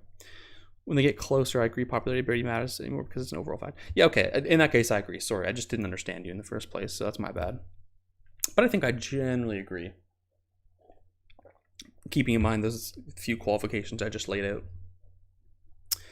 Okay, as for your fallacious appeal to the consensus again, okay, get used to this. I would ask, in opposition, do you think if a group of people collectively agree that genocide is good, that it is the right thing to do? If so, then you're crazy and this conversation isn't worth having. But if not, then you're already recognizing that a subjective agreement does not lead to anything like an objective fact. Which is, what are you trying to suggest with your opinion that AOT is deeper than Bleach? LOL, nostalgia plays a much bigger factor here. Again, like, he just always comes out with these big, strong claims with nothing to back him up. I call him out on it a little later, too. Are you really dumb or just trying to counter my points for no reason? And first tell me, apart from terrorists, can you find me such a group of people who think genocide is good? This is a common rhetorical tactic that I want you all to be aware of, okay? If you come up with an analogy that you really think is perfect, if you think the logic's the same in both instances, and you present it to somebody, if their only response is, well, except for this thing, tell me where this applies, that's like tacit. That's like a tacit understanding that what you're saying is right. This is exactly what I'm trying to get at here. If you're going to apply the logic that popularity equals fact, then you have to be able to, you're pretty much forced in the position that if a bunch of people think that genocide is good, it is good. And then his thing here is say, well, excluding all the people that would think that, find me one instance of it. I'm like, that's literally what I'm drawing on. That's the force of the analogy, my friend. You are kind of like, there's no actual distinction here is the thing. There's no non-arbitrary distinction. Any distinction they're going to make is simply, I don't like those guys, or I think they're wrong. But again, it's not an actual meaningful distinction that they're trying to make. If you can't, stop making assumptions. I'm stating stats and you're making something else out of it for no reason. Whataboutisms are weak. Exactly. He starts going off. He starts branching a little more. The argument's going to get more scattered. So I'm just going to read my first response to him and then get to his second comment. I disagree. I think recency bias plays a bigger factor here. I'm not dumb. I'm just allergic to bad arguments and dispel them when I see them. Oh my god. Look at this fucking guy. Although in this case, you're not presenting bad arguments, just non-arguments. There's nothing substantial in what you've said. It's all essentially, in my opinion, plus fallacies. As for the morality point, trying to exclude terrorists is illegitimate. There's no difference between a terrorist and any other human in determining morality. That might be a claim that people are uncomfortable with, but I think for the purposes that we're discussing here, there is no logical distinction between those two groups of people with regards to the appeal to popularity. So just, let me have that for now. So any attempt to distinguish otherwise is tacit endorsement of what I'm saying. I read an undergrad paper and somebody said tacit endorsement. I thought it was cool, so I took that from them. Thank you to that student, I guess. I'm not making assumptions. I'm making sound arguments, and I've refuted every point you brought forward thus far, and you have 0 responses. I think that's true. I still think that's true. They've done nothing. They haven't responded to anything I've said. They just said they disagreed with it. They then say, the writer himself, Tite Kubo, never wrote Bleach to be a deep story. It wasn't even intended. But no, you somehow found it something even the creator didn't want. I mean, seriously? This is one of the fucking stupidest claims I've ever seen. I had to call him out on this dumb shit. 1, why should the writer's opinion matter? So that's the death of the author thing. 2, how do you know he didn't intend to write a deep story? 3, how do you know about Isayama intended to write a deep? How do you know Isayama intended to write a deep story? These are 3 massive assumptions you just put forward, and yet you accuse me of having assumptions. And then he says, back up here, and when I tell you to see the majority, then no, you won't. You somehow have your own assumption to make. Just leave it, dude. At first I asked you out of curiosity to know your POV. Now you're just typing whatever you feel like. So just stop. Because appeal to popularity is literally a fallacy, okay? Argument ad populum, Google it. I don't know what more you want from me. I'm not typing whatever I want. I am systematically refuting each point you bring forward, most of which you completely ignore because you know I'm right, yet want to maintain your dogma that AOT just is deeper. That was difficult to do, so I'm just going to start reading the comments like as they're appearing. Because Tite Kudo wrote that somewhere. I'm like, where did he say it? He's like, he just wrote it somewhere. I can't make an effort and uselessly find that for you because it doesn't exist, by the way. Tite Kubo has never said I did not intend to write a deep story. He made it up to try and be right. But even if the quote existed, I'm full force with the death of the author, so that I don't think what Kubo says about it has anything to do with what it means. And plus, AOT is considered deep because even though its demographic is shonen, it's as deep as any seinen out there. So if you guys know anything about me, he's pressing every single one of my trigger buttons. This is another claim that I get triggered the fuck out of. There's a really good video by Manga Crash called The Seinen Bias. Go watch that. That completely dispels whatever. It completely undermines this claim. But essentially, these are fucking demographics. They don't entail any particular comment. They just limit how much you can depict. Okay, certain magazines have preferences, sure, and so you might have a lot more commonalities and themes amongst Battle Shonen and Shonen Jump, as opposed to like a weird, fucking alternative manga magazine. But there are shonen magazines that aren't just Battle Shonen magazines, like Shonen Jump. Flowers of Evil is a shonen, right? Anohana is a shonen. Like, I mean, yeah, this is just fucking a stupid argument. Also, by the way, like 90% of seinen, dog shit. It's just like edgy uroguro, like shock value stuff. I know everyone thinks that all seinen are, monster and pun. Yeah, it's not. I mean, maybe 90% is dog shit is a little excessive, but they don't understand. Like, there's a lot of seinen manga out there because there's a lot of just like lesser known companies that are willing to publish anything, and they publish some dog. Plus, there are seinen that are like fucking kid friendly, bro. I think Dragon's Maid's a fucking seinen. It's yeah. Anyways, Crash dispels this entirely, so go watch his video. No, you're refuting nothing. You're just writing bullshit. That's why I told you to stop. But no, seems like you can't even do that. Go ahead then. As for depth, Bleach is 13 plus show, whereas AOT is 16 plus show. Ask anyone and they'll agree, even though this might not be officially written anywhere. Yeah, baby. See you, Dean. It was a pleasure to have you here, Trev. I can't believe I called you Dean. That's weird. I wish I had bad comments so I can rag on them, but every one of my comments are so nice, respectful people. This shit. Bro literally said Bleach is 13 plus, AOT 16 plus. Everyone agrees, even though it's not official, and I just made this up. But yeah, go on about your bluffs about Bleach is deeper. Bro's literally like, I just made this up, but I think people would agree. You can't make this shit up, people. You can't make this shit up. Again, here I literally like quote and refute everything. Kubo wrote some... Because Type Kubo wrote that somewhere. Source or it didn't happen. It's simple. If you're going to attribute a quote that is literally like the deciding factor in your argument, you better fucking have that source. If not, it's irrelevant. Why would I take your word on it? You're being very bad faith to me. I should not believe anything you say unless you can support it. AOT is considered deep because even though it's a demographic, it's a shonen, it's deep as any seinen anime out there. By the way, seinen anime, technically seinen's a manga demographic. Any anime we call seinen is only because the manga is seinen, but anime are like PG-13, M, the same kind of rating system that we have for like movies. Just keep, again, a little nuance point. Beside the point, I don't care. I do care, actually. That's why I'm so triggered at this, but... Your dentures must be the deepest shipment for 70 plus must be deep. Oh God. There's such an absurd claim that I don't even know where to begin. Seinen does not equal deep. They are just demographics and do not entail any specific content. AOT is a shonen, that's that. I mean, there's nothing more you can say there. You say how the creator's opinion matters when he is the guy who created the story. I would refer you to my video on how to interpret anime, blah, blah, blah. Death of the author. We've talked about that in chat. I'm writing bullshit, then refute a single claim I've said. All you've said is you disagree or some people disagree. And I don't care. Give me a sound argument or what you're saying is meaningless. Bleach is 13 plus, whereas AOT is 18. You literally made that up. You're making up statements to support your non-arguments. You're too much for me. Yeah, this motherfucker's insane. Ask this to anyone and they'll agree. I know people who disagree. Plus, again, this is a fallacy.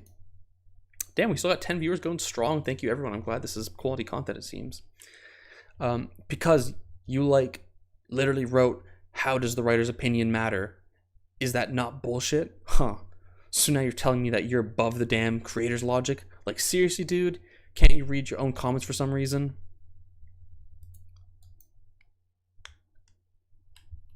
I already told you that it might not be official, but is it universally agreed AOT is much more mature than Bleach? Now you can't read, that's your problem. Everything's a damn fallacy. Everything's a damn fallacy, bro said. I'm like... Let's just get to my comments, I guess. For you, where 95% agree to me and 5% to you, that's the only argument you've been giving me. I don't have anything else to say other than your stupid fallacy, then stop already. Sorry, I'm very bad at reading, but you guys can also read, thankfully. Watch my video and then some literature on the issue, and you will very, very quickly realize it's not bullshit. Watch my video in question, read the paper I suggested, then come back to me and tell me it's bullshit. Again, Death of the Author, I want to say, is like almost the mainstream literary narrative in terms of interpretation. Like, people like to contextualize the work as, like, you know, historicists of literature, and there's more things you can dig out of an anime by appealing to the author. But the reason that the author is valuable is because you have people like Hideki Anno who will say shit like the religious symbol in Eva is just there because it looks cool. But at the same time, there's so many very profound interpretations of Eva that rely heavily on precisely that religious imagery that he ascribes no value to. And so if you were to buy into the author equals the meaning of a work, then ultimately what you find is that their interpretations that are very profound are totally unjustified and totally rejected. And I just think that's bullshit, because I think that there's merit to that interpretation, and I don't think that the author should be able to just say, no, that's not right, because I disagree. So that's why I don't. Plus, I have other reasons for not giving the author the authority, because I don't actually think they're the sole authority in producing their work, because none of us are the sole authority in anything we do. But I like the way you want all the smoke. I've seen you debate everyone that's willing in comments. I'm fucking very aggressive in comment sections. Any chance I have to start some shit, I will do it, because let me tell you, people might think this is a waste of time, but for one, I'm sharpening my critical thinking skills, and two, engagement, baby. That video is now back in the algorithm because this dude gave me fucking 60 comments and a bunch of views on top of it. So I have so much incentive to engage with these people. It's only ever positive for me. It's only ever negative for them. I mean, they can say they're sharpening their critical skills too, but I don't think this guy's doing anything along those lines. Okay. Then prove to me it's universally agreed that AOT is much more mature than Bleach. Produce some survey, statistic, etc. that would suggest this, because I know people that would argue otherwise. Also, how exactly are you defining maturity here? That's not so clear-cut either. You're acting like all this is obvious, but the moment I press you on literally anything, you resort to her, people think this, therefore me right, which is such a non-argument, it's embarrassing. Not everything's a fallacy, but the appeal to popular opinion fallacy, or argumentum ad populum, is, which is all you've done this argument, lol. Alright, we got a bit of a beefer here. Like, authors' interpretations are lovely, and they may point you to things that really put a lot of work and time into, but at the end of the day, I wouldn't take someone's interpretation unless they pose a good argument. Yeah, exactly. Like, I think the author can give us more insights on things we could interpret. They're not useless, but I don't think that they're necessary. And that's kind of the nuance here. Are you up to date on Vinland Saga? No, I'm not. I'm going to watch the anime, then start the Farmland Saga, hopefully over Christmas. Dude, I don't have time to talk to someone who's been repeating the same thing over and over again. Kubo wants Bleach to be simple? No. You decide that because you're a supervisor, aren't you, mister? Crazy. AOT is better than Bleach, and that's something you can't change. If everything's subjective, I could also say that I sing better than, say, Taylor Swift. But do I actually? No, not even close. But that's the kind of argument you are giving. I mean, do you think that other 95% fans and professional critics are talking nonsense by rating AOT higher, or are you too intelligent to notice that? So stop with all those stupid counterpoints of yours. I'm tired of your dumb logic. Check Facebook, please? Okay. Everyone, you take that in. Take in that statement. Your homework is to tell me what exactly he did wrong.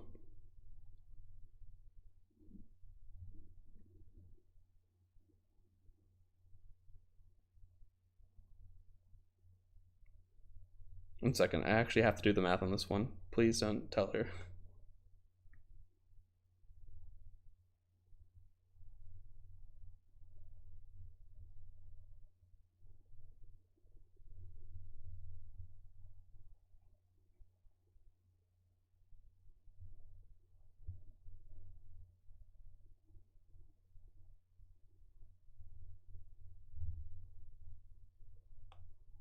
Okay.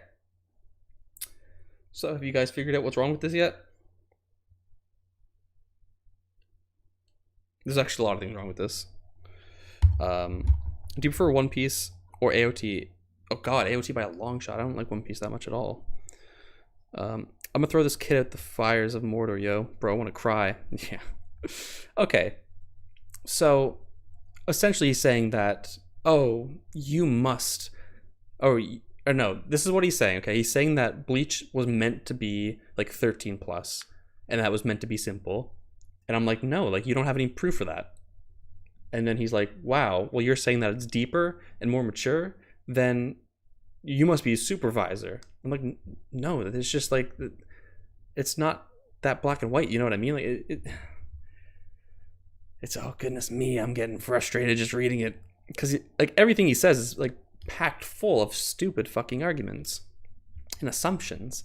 AOT is better than Bleach, and that's something you can't change. I can change it because I have changed it already. I don't believe that. I think that's just fucking patently wrong. If everything's subjective. Okay, I explicitly tackle that, I think. So let's do this.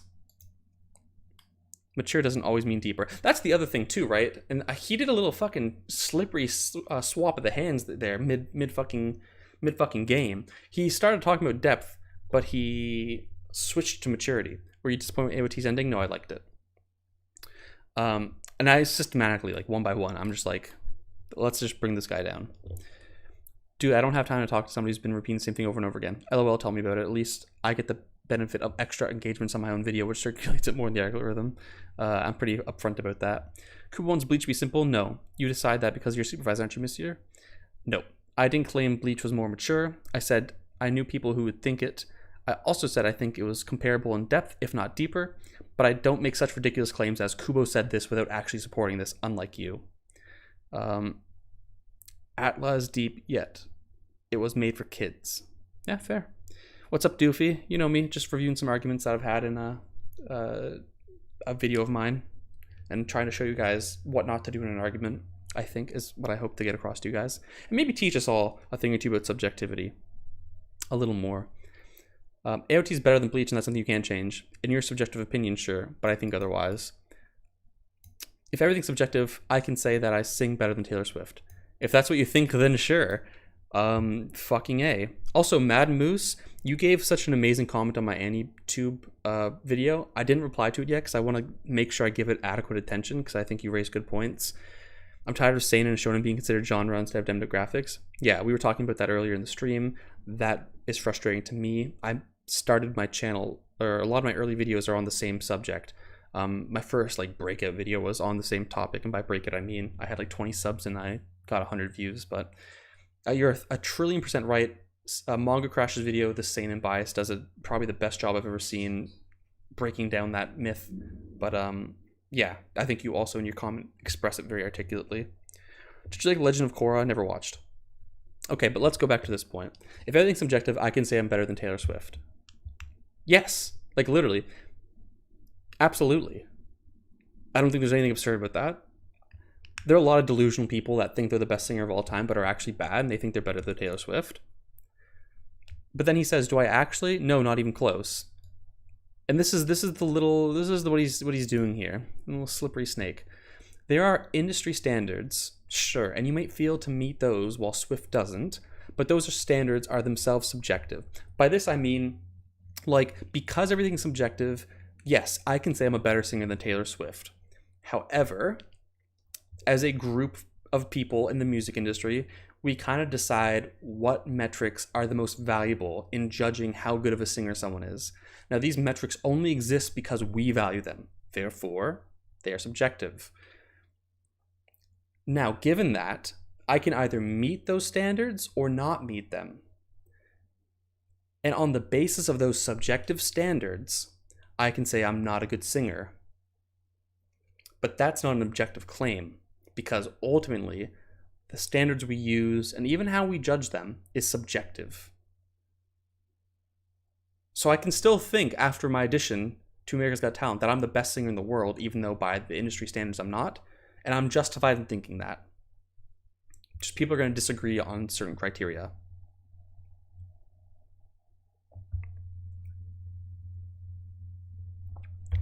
That's something people miss also with evaluation. When we say evaluation subjective, sorry, let me put it to you another way. When people say that evaluation is subjective, all they mean is that there are conventional standards and manga can meet them or not in their opinion. They think that these standards are objective, but they don't realize that the standards are actually only decided upon by a group of subjects. They are only used and valued because subjects use and value them. They do not exist in nature. Nature does not provide us with the criteria through which to judge anime and manga. That's a stupid argument. I don't think anybody would be willing to make that. It's subjective. But that's their narrow thinking. They think, oh, well, there are these criteria, therefore they're objective. Therefore, if you don't meet this, it's just an objective fact. It's wrong. Out of the big four, Seinen, Vinland Saga, Berserk, Vagabond Kingdom, how'd you rank them? Never read Vagabond or Kingdom. So I would just do Vinland Saga, then Berserk. Okay. But that's the kind of argument you're giving. Nope, see the above. Also, watch my video on subjective and objective. Do you think that 90% of fans and professional critics are talking nonsense by rating AOT higher, or do you think you're too intelligent to notice that? You have not produced a single statistic that suggested that. You watched a handful of videos that suggested that, but that's not a fact. I'm tired of your dumb logic. My logic is valid. You're just tired of losing to me because you don't know what you're talking about. So then I pose him the impossible task of name every single critic and show me that they have them higher. I suspect you can't because you know it's not true. You're making up that number and you have no actual evidence. He has no evidence that there are 95% of people put AOT over Bleach.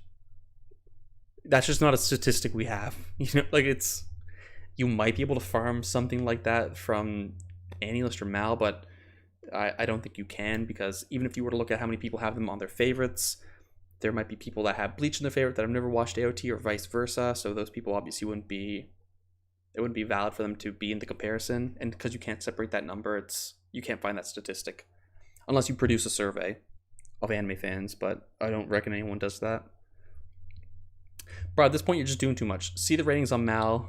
Yeah, again, appeal to consensus. He's like, go look at these websites. Are you not capable of searching through that, huh? And enough of me showing you. Now you show me how many have rated Bleach higher than AOT. Go ahead, let's see. He thinks that's like a got you. You can't prove that your opinion's popular, therefore you're wrong. Yeah. I'm like, nice argument ad populum. Too bad it's a fallacy. Google it. I don't need to do research. You're citing the popular opinion as an objective fact, which could not be more laughable, and anyone who knows anything about evaluation would know this. The popular opinion does not determine the quality or depth of a series, no matter how many times you fallaciously cite it. Get that through your dense, smooth-brained head. Sorry, I had to start whipping out the fucking ad homs. I was getting frustrated. They also say AOT, for your information, is considered a modern masterpiece, which had a rushed ending. Bleach was never considered a masterpiece, even back in the day. Heck, it isn't even the best of the big three, and you're comparing it with AOT. I mean, just stop your nonsense already. I just repeat them.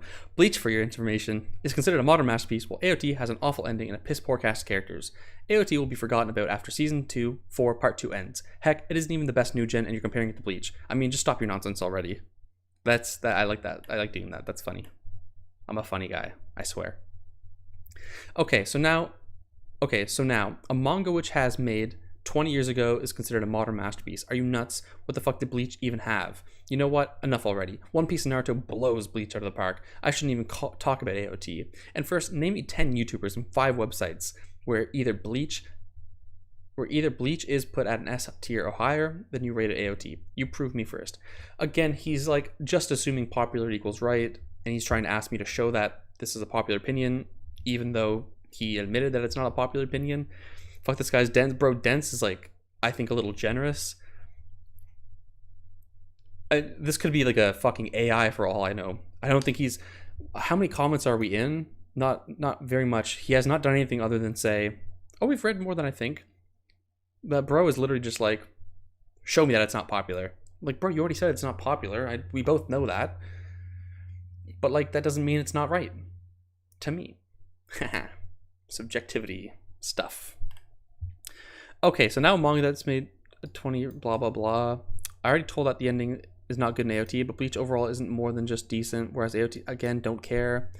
Even Dragon Ball stopped using that trope. Don't care. Just go and search AOT versus Bleach anywhere, be it YouTube, Google, or any other website or forums, and show me or name me 10 people of them where Bleach is higher than AOT. I should have just made up 10 names. I think that would have been funny. Yeah, this is Sod Jr. Actually, I think Sod's a little smarter than this. If you're still there, Sod, just know that even though you're bad, you're probably the second worst. You're not the worst. This guy's fucking number one, I think. I will not tacitly endorse. Okay, this is officially where Doofy snapped. I will not tacitly endorse a fucking fallacious argument to answer your dumbass. This is, for the 40th time, An argument ad populum. It is void, fallacious, invalid, unsound. What do you not get? Google it before you reply to me. You're wasting your time. Yeah, that's when I just fucking had enough at this point. So we're about 40 comments in. We're almost done. You just don't have enough guts to search somewhere and prove me. Bro, why don't you admit it? If you could, you would have shown me, just because 95% of... He keeps citing the 95%, but he's not shown me a single statistic that would suggest this. He said that he has like 5 websites that have them ranked higher than the other. I'm like, okay, and... you're going with your pointless arguments. If they're so pointless, then why not just fucking... like... argue against them, maybe? Only if the dislikes weren't hidden, I would have seen how many of your own fucking viewers agree with you. And this, by the way, is my very long-winded way of replying to what Noob said earlier about dislikes being hidden. Because this is why I wish they were public. Because I had to try and convince this guy that I had more likes than dislikes. How many dislikes do you have, huh? Dishonest fellow, don't lie. Tell me the real amount and I'll see how many agree with you. 69 likes, 27 dislikes. Also, there was another comment above this, but I gave the genocide analogy, and YouTube didn't like that one, so they deleted it. You don't have enough guts to search. I already proved your arguments are false, invalid, and hence unsound, and moreover fallacious. I know your 2 brain cells are struggling to figure out what that means, but I promise you a little Google search will sort you out. Just remember, this is the exact same reason people use to justify mass killings. Oh, but most people in this group think it's a good idea, therefore it must be. Google is showing what I have said earlier. I don't know what the fuck he Googled. He probably Googled anime by popularity. Some dumb shit like that. We've already dispelled that. Either you're too egotistic, a little, but not so much so that I wouldn't be willing to engage with opposing opinions, charitably. To acknowledge others. Bro, this guy's so dumb. I want to throw myself into excruciating pit of fire called hell. Yeah. Or just dumb shit you can't read that's written on Google. And LOL, 27 dislikes. I bet it has much more. Keep on lying. By the way, right? Proof for the dumbass. 69 to 27. By the way, he kept... Why the fuck does this have 286 views all of a sudden? Holy shit. But, what he's about to do is say that the link doesn't work. The first time it didn't. The first time I had it on private. But the second time... Oh my god, this is the negative down 4 votes? What the fuck? I need to sign up. Who cares?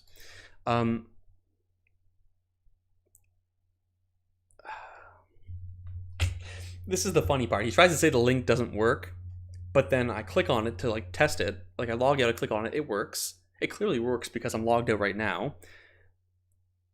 And it said it had 4 views. And I knew 2 of them were mine. And I'm like, there's no way anyone else saw this. Like, you literally saw this, and you're just trying to say no, because this is actually proof that on the basis of your own fallacious argument, there are people that think otherwise. But bro just turned off when there was actual evidence against him. Classic.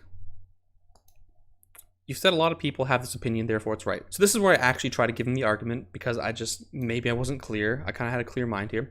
So I give him the argument. Specifically, you said a lot of people subjectively prefer AOT over Bleach. I put the subjectively there myself because that's what it is. Therefore, it is objectively true. Again, that's just what he means. I said that appealing to the popular opinion is a fallacy. The value of a manga is inherently subjective by definition, right? The definition of subjective has existence only in the mind of a subject. Values only have existence in the mind of a subject, therefore subjective. As they only exist in the mind of the subject, which is the definition of subjective. Thus, whenever you claim about a manga's value, or value one thing over another, you are making a subjective claim. That much is clear. This is the basic argument I've belabored for fucking months now. Everyone in this chat can probably figure that out. If there was a contest for how far up your head, or how far up head, sorry, I'm awful at reading. For how far up your head, up your asses, he'd be the odds-on favorite. I'm sorry, I had a stroke reading that, but like, it's crazy to me. You then try to say to people, a lot of subjects think this way, and that is therefore a fact or objectively true. This is straight up false. No matter how many people subjectively believe something, it does not make it objectively true.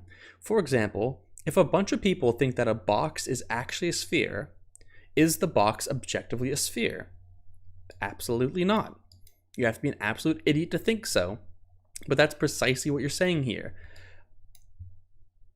This, again, is a perfect analogy. Unless somebody in chat actually has something on the contrary. My old analogy used to be with colors. I used to say, like, if there's a fire truck coming towards you and everyone just thinks that it's purple, is the fire truck purple? That doesn't work as much because colors are secondary qualities and they're subjective. So it's a little more nuanced to explain it to somebody that knows about like the fucking philosophy of perception. But shape is a primary quality, so that would be something that exists in the object itself. That's why this example is particularly potent.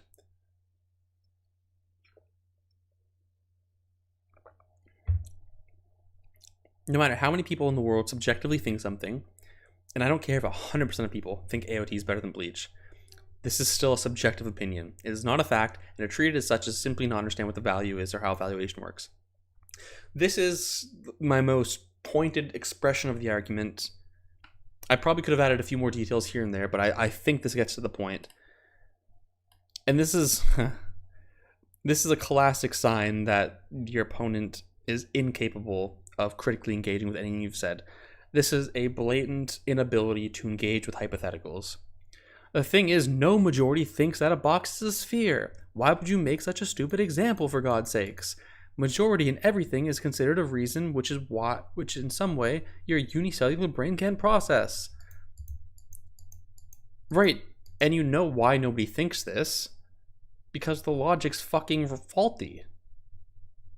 That's exactly why. So why do people think this with anime and manga? That's exactly my point. And it's just like, wow. It's like what he can't empirically observe, it's over. Like, he simply won't accept it. Like, arguments are unknown to him. Because they express the same principle, that a subjective consensus yields an objective fact. I'm using an absurd example to demonstrate the absurdity of your claim. They are perfectly analogous. Again, a majority was also the reason to commit mass genocide, so are you okay with that? He will never, ever answer this. Ever. Put in terms that he would understand. Womp, womp, womp, womp, womp, womp. That's about... Yeah, that's the only fucking way he's gonna understand that shit. LOL, your proof doesn't even open. It's not showing... It's showing error, bitch. I thought that was funny. He doesn't have much force when he curses. Maybe that's because I'm ascribing him like a very light character. But I don't know. I feel like... Of course, because I think I'm the coolest person in the room always. I feel like... When I snapped a little earlier... I feel like I was hitting him with a little more force than when he called me bitch. I can't find it now. I thought that was such a beautiful sentence on that I wrote. I can't find it. But when I'm like, I'm not tacitly endorsing your fucking fallacious... I don't know. I was cool and badass when I said it. But when he said it, unfortunately, no force. I don't believe that you think I'm a bitch.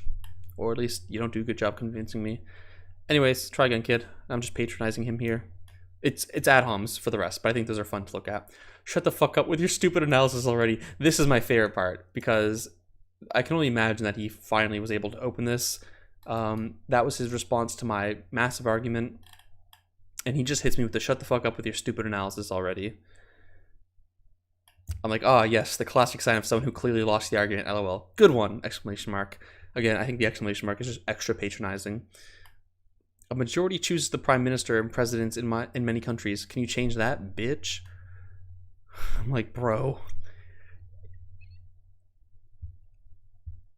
Goodness gracious. Prime ministers are objective entities. They exist regardless of a subject thinking or perceiving them. Values are subjective. Your analogy does not work. And even besides that, these are fundamentally different processes and purposes towards which it's being put towards. Majority obviously has some practical function, duh. But it just does not justify certain things. But he is just incapable. LOL, are you dumb sending the same corrupted link again and again? Kids these days, man. It doesn't work because I said kid first. Oh, McKev, you missed it. You missed all the good parts of the stream, my guy. Nice try, but it says public. It lets me follow the link. Plus, it says it has 4 views. I looked at it twice, meaning you saw it the other time. LOL.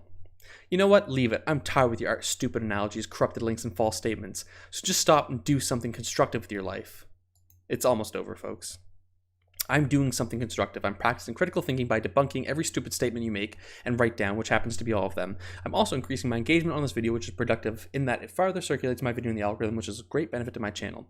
But once again, you are clearly exhibiting signs of someone who's too embarrassed to admit defeat, so I will just assume that you are surrendering. Good day to you. He hits me with that. If this is what you call constructive stuff, then I don't know how bad or sad a life you must have. May God bless you and have some brain cell happiness, kid. May God bless you with some brain and happiness, kid. And I got this cheeky commentary at the end. Well, given your low intelligence, I wouldn't expect you to understand the high caliber plays I'm making out here. God is clearly best me, and I hope he'll bless you too one day. Oh man, I had the biggest shit-eating smirk on my face when I wrote that one. But that's it. So this is the worst interaction I've ever had in my life. If anybody wants to go back to this for whatever reason, I did pin it on my fucking video. Hello. I can't believe we got through the whole thread. But yeah, I pinned it. I normally, like, whenever I have arguments, I'll always pin them. And, like, all my arguments with Sod in my videos are also pinned. So if anybody wants to kind of go back and see those, please, by all means, be my guest. Let's do a little subscriber update. Still 55. I mean, that's cool, I guess. But yeah, I mean, what do we think? Archangel Manga, hell yeah.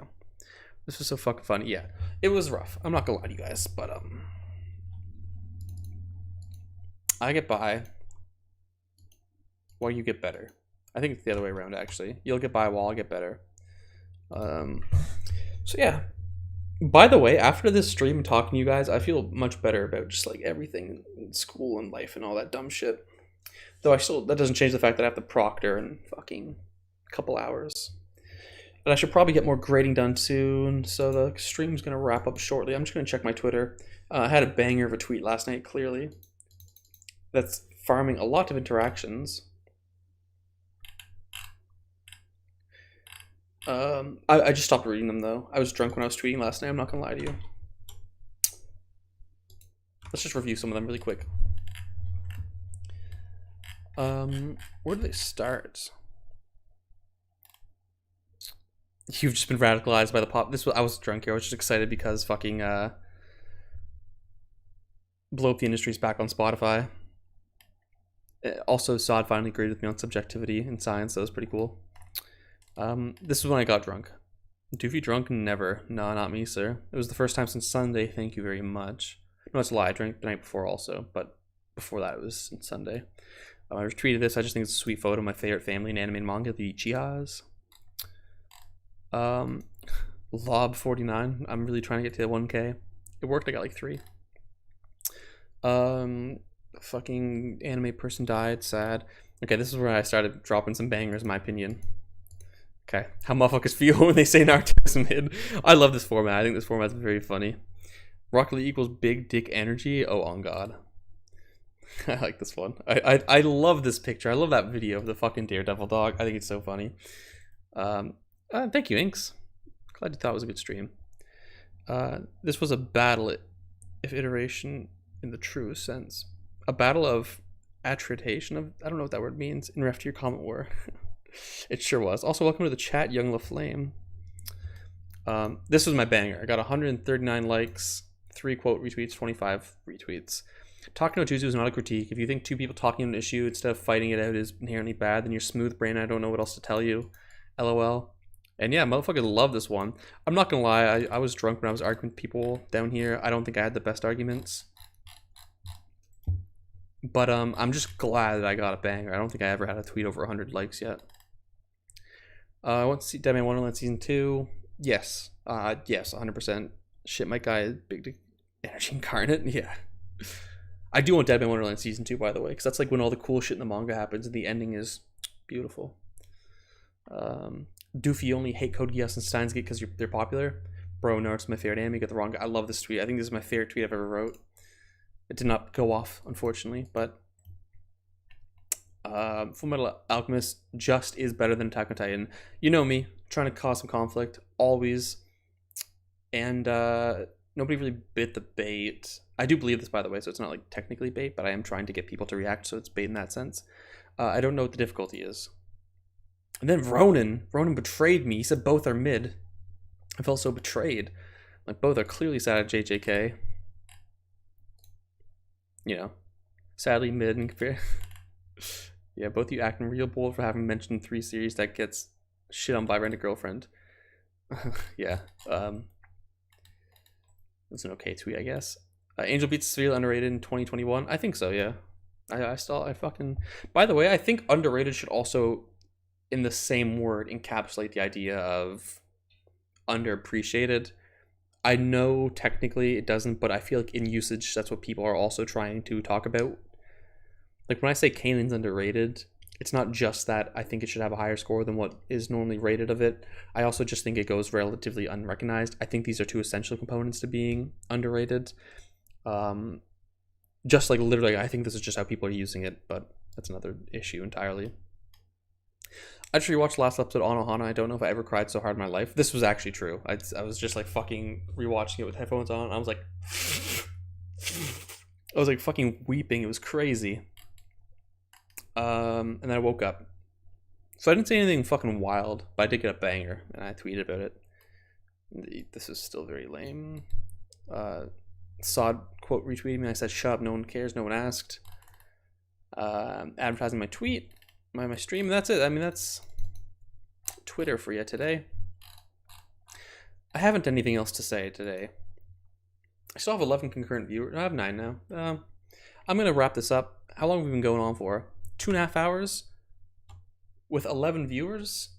I'm thinking that's like what? We'll just say 10 to 20, 25 watch hours, 25 hours of watch time from today's stream. This is a massive W. I'm one step closer to getting monetized. Okay, you want my opinion on your most recent tweet? I'll do just that, and then I'll go have a second bath because I feel stinky and sweaty from not having the aircon on. Final Toei video by TNM. Holy shit. This is going to be my last video addressing and updating what's been going on with Toei Animation. And I say that not because I've heard anything from them or YouTube, because I haven't. Jeez.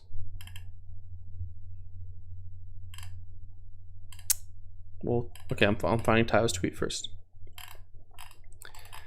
Where you at, Tayo? I followed I'm in like an AnyTube chat now. I follow like 30 people, so I have a lot of people on the TL. Where you at, Tayo?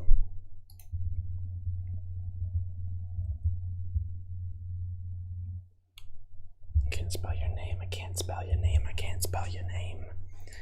Can't believe you're reading Demon Slayer. Like, you told me you wanted something serious and not like fucking like Kitty, and then you watch fucking Demon Slayer or read Demon Slayer, bro. Shake my head. L of the Year award for putting Near and Mellow arc of Death Note in the same tweet as Promised Neverland. Should have watched the second season. Never should have watched the second season land. How do you even compare those two? Yeah, I'm gonna share my screen. I saw this tweet also and I thought it was like fucking stupid. POV, you're watching anime that fell off. I mean, sure, Promised Neverland like infamously fell off. Whatever. Sword Art Online, I think almost everyone that still watches it thinks the later seasons are like infinitely better. Like Acceleration, I think people think are actually good. So I think the kind of mainstream narrative right now is that Sword Art Online only gets better like after the first X amount of seasons. So to say it fell off, I'm pretty sure people think it only got better in the end. So miss, I think. Death Note, I still think that the second half is fucking awesome. I don't care what anyone says. It's a whole new like perspective on Light. It's a whole new character arc now for him because L is gone. I think it's I love it. I don't think it fell off. Sometimes I even prefer the second half to certain things that happen in the first half. I think it's fucking awesome. And I just think Gurren Lagann just gets better in the second half. Like, just straight up. I was rewatching it again last night. I don't understand this take. Yeah.